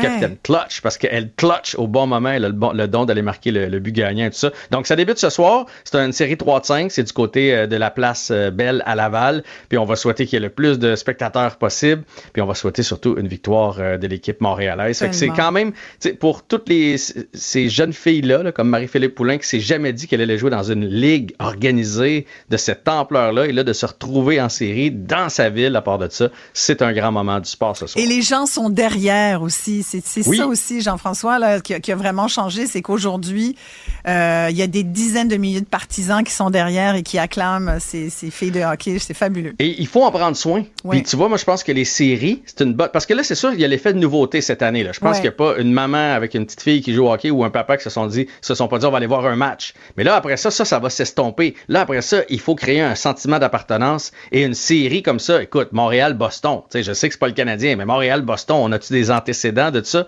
Et si on peut avoir une série assez chaude, après ça, aller affronter Toronto en finale, c'est parfait pour créer de l'engouement, puis créer de l'intérêt, puis créer une rivalité pour les prochaines années aussi. Je te laisse aller pour la suite parce que tu veux me parler du début de la finale, justement, dans la Ligue de hockey junior majeur du Québec. Oui, ça aussi, c'est une grande journée là, pour ces jeunes-là qui se retrouvent en finale de la Coupe du Président, qu'on appelle maintenant la Coupe Gilles Courteau. Ça commence ce soir du côté de Bécomo et c'est les Voltigeurs de Drummondville qui leur font face. Donc, Dracard de Bécomo, Voltigeurs de Drummondville, match 1 aujourd'hui de la Ligue junior maritime Québec. Ensuite de ça, je voulais te parler aussi de Sheldon Keefe, l'entraîneur des Maple Leafs de Toronto, qui a été congédié aujourd'hui malgré un bilan extraordinaire en saison, mais pas capable de gagner en série. Alors, Sheldon Keefe qui va voir son règne qui prend fin abruptement aujourd'hui avec les Maple Leafs de Toronto. Merci beaucoup, Jean-François. Ça a été rapide aujourd'hui, mais demain, je te promets, on va avoir plus de temps.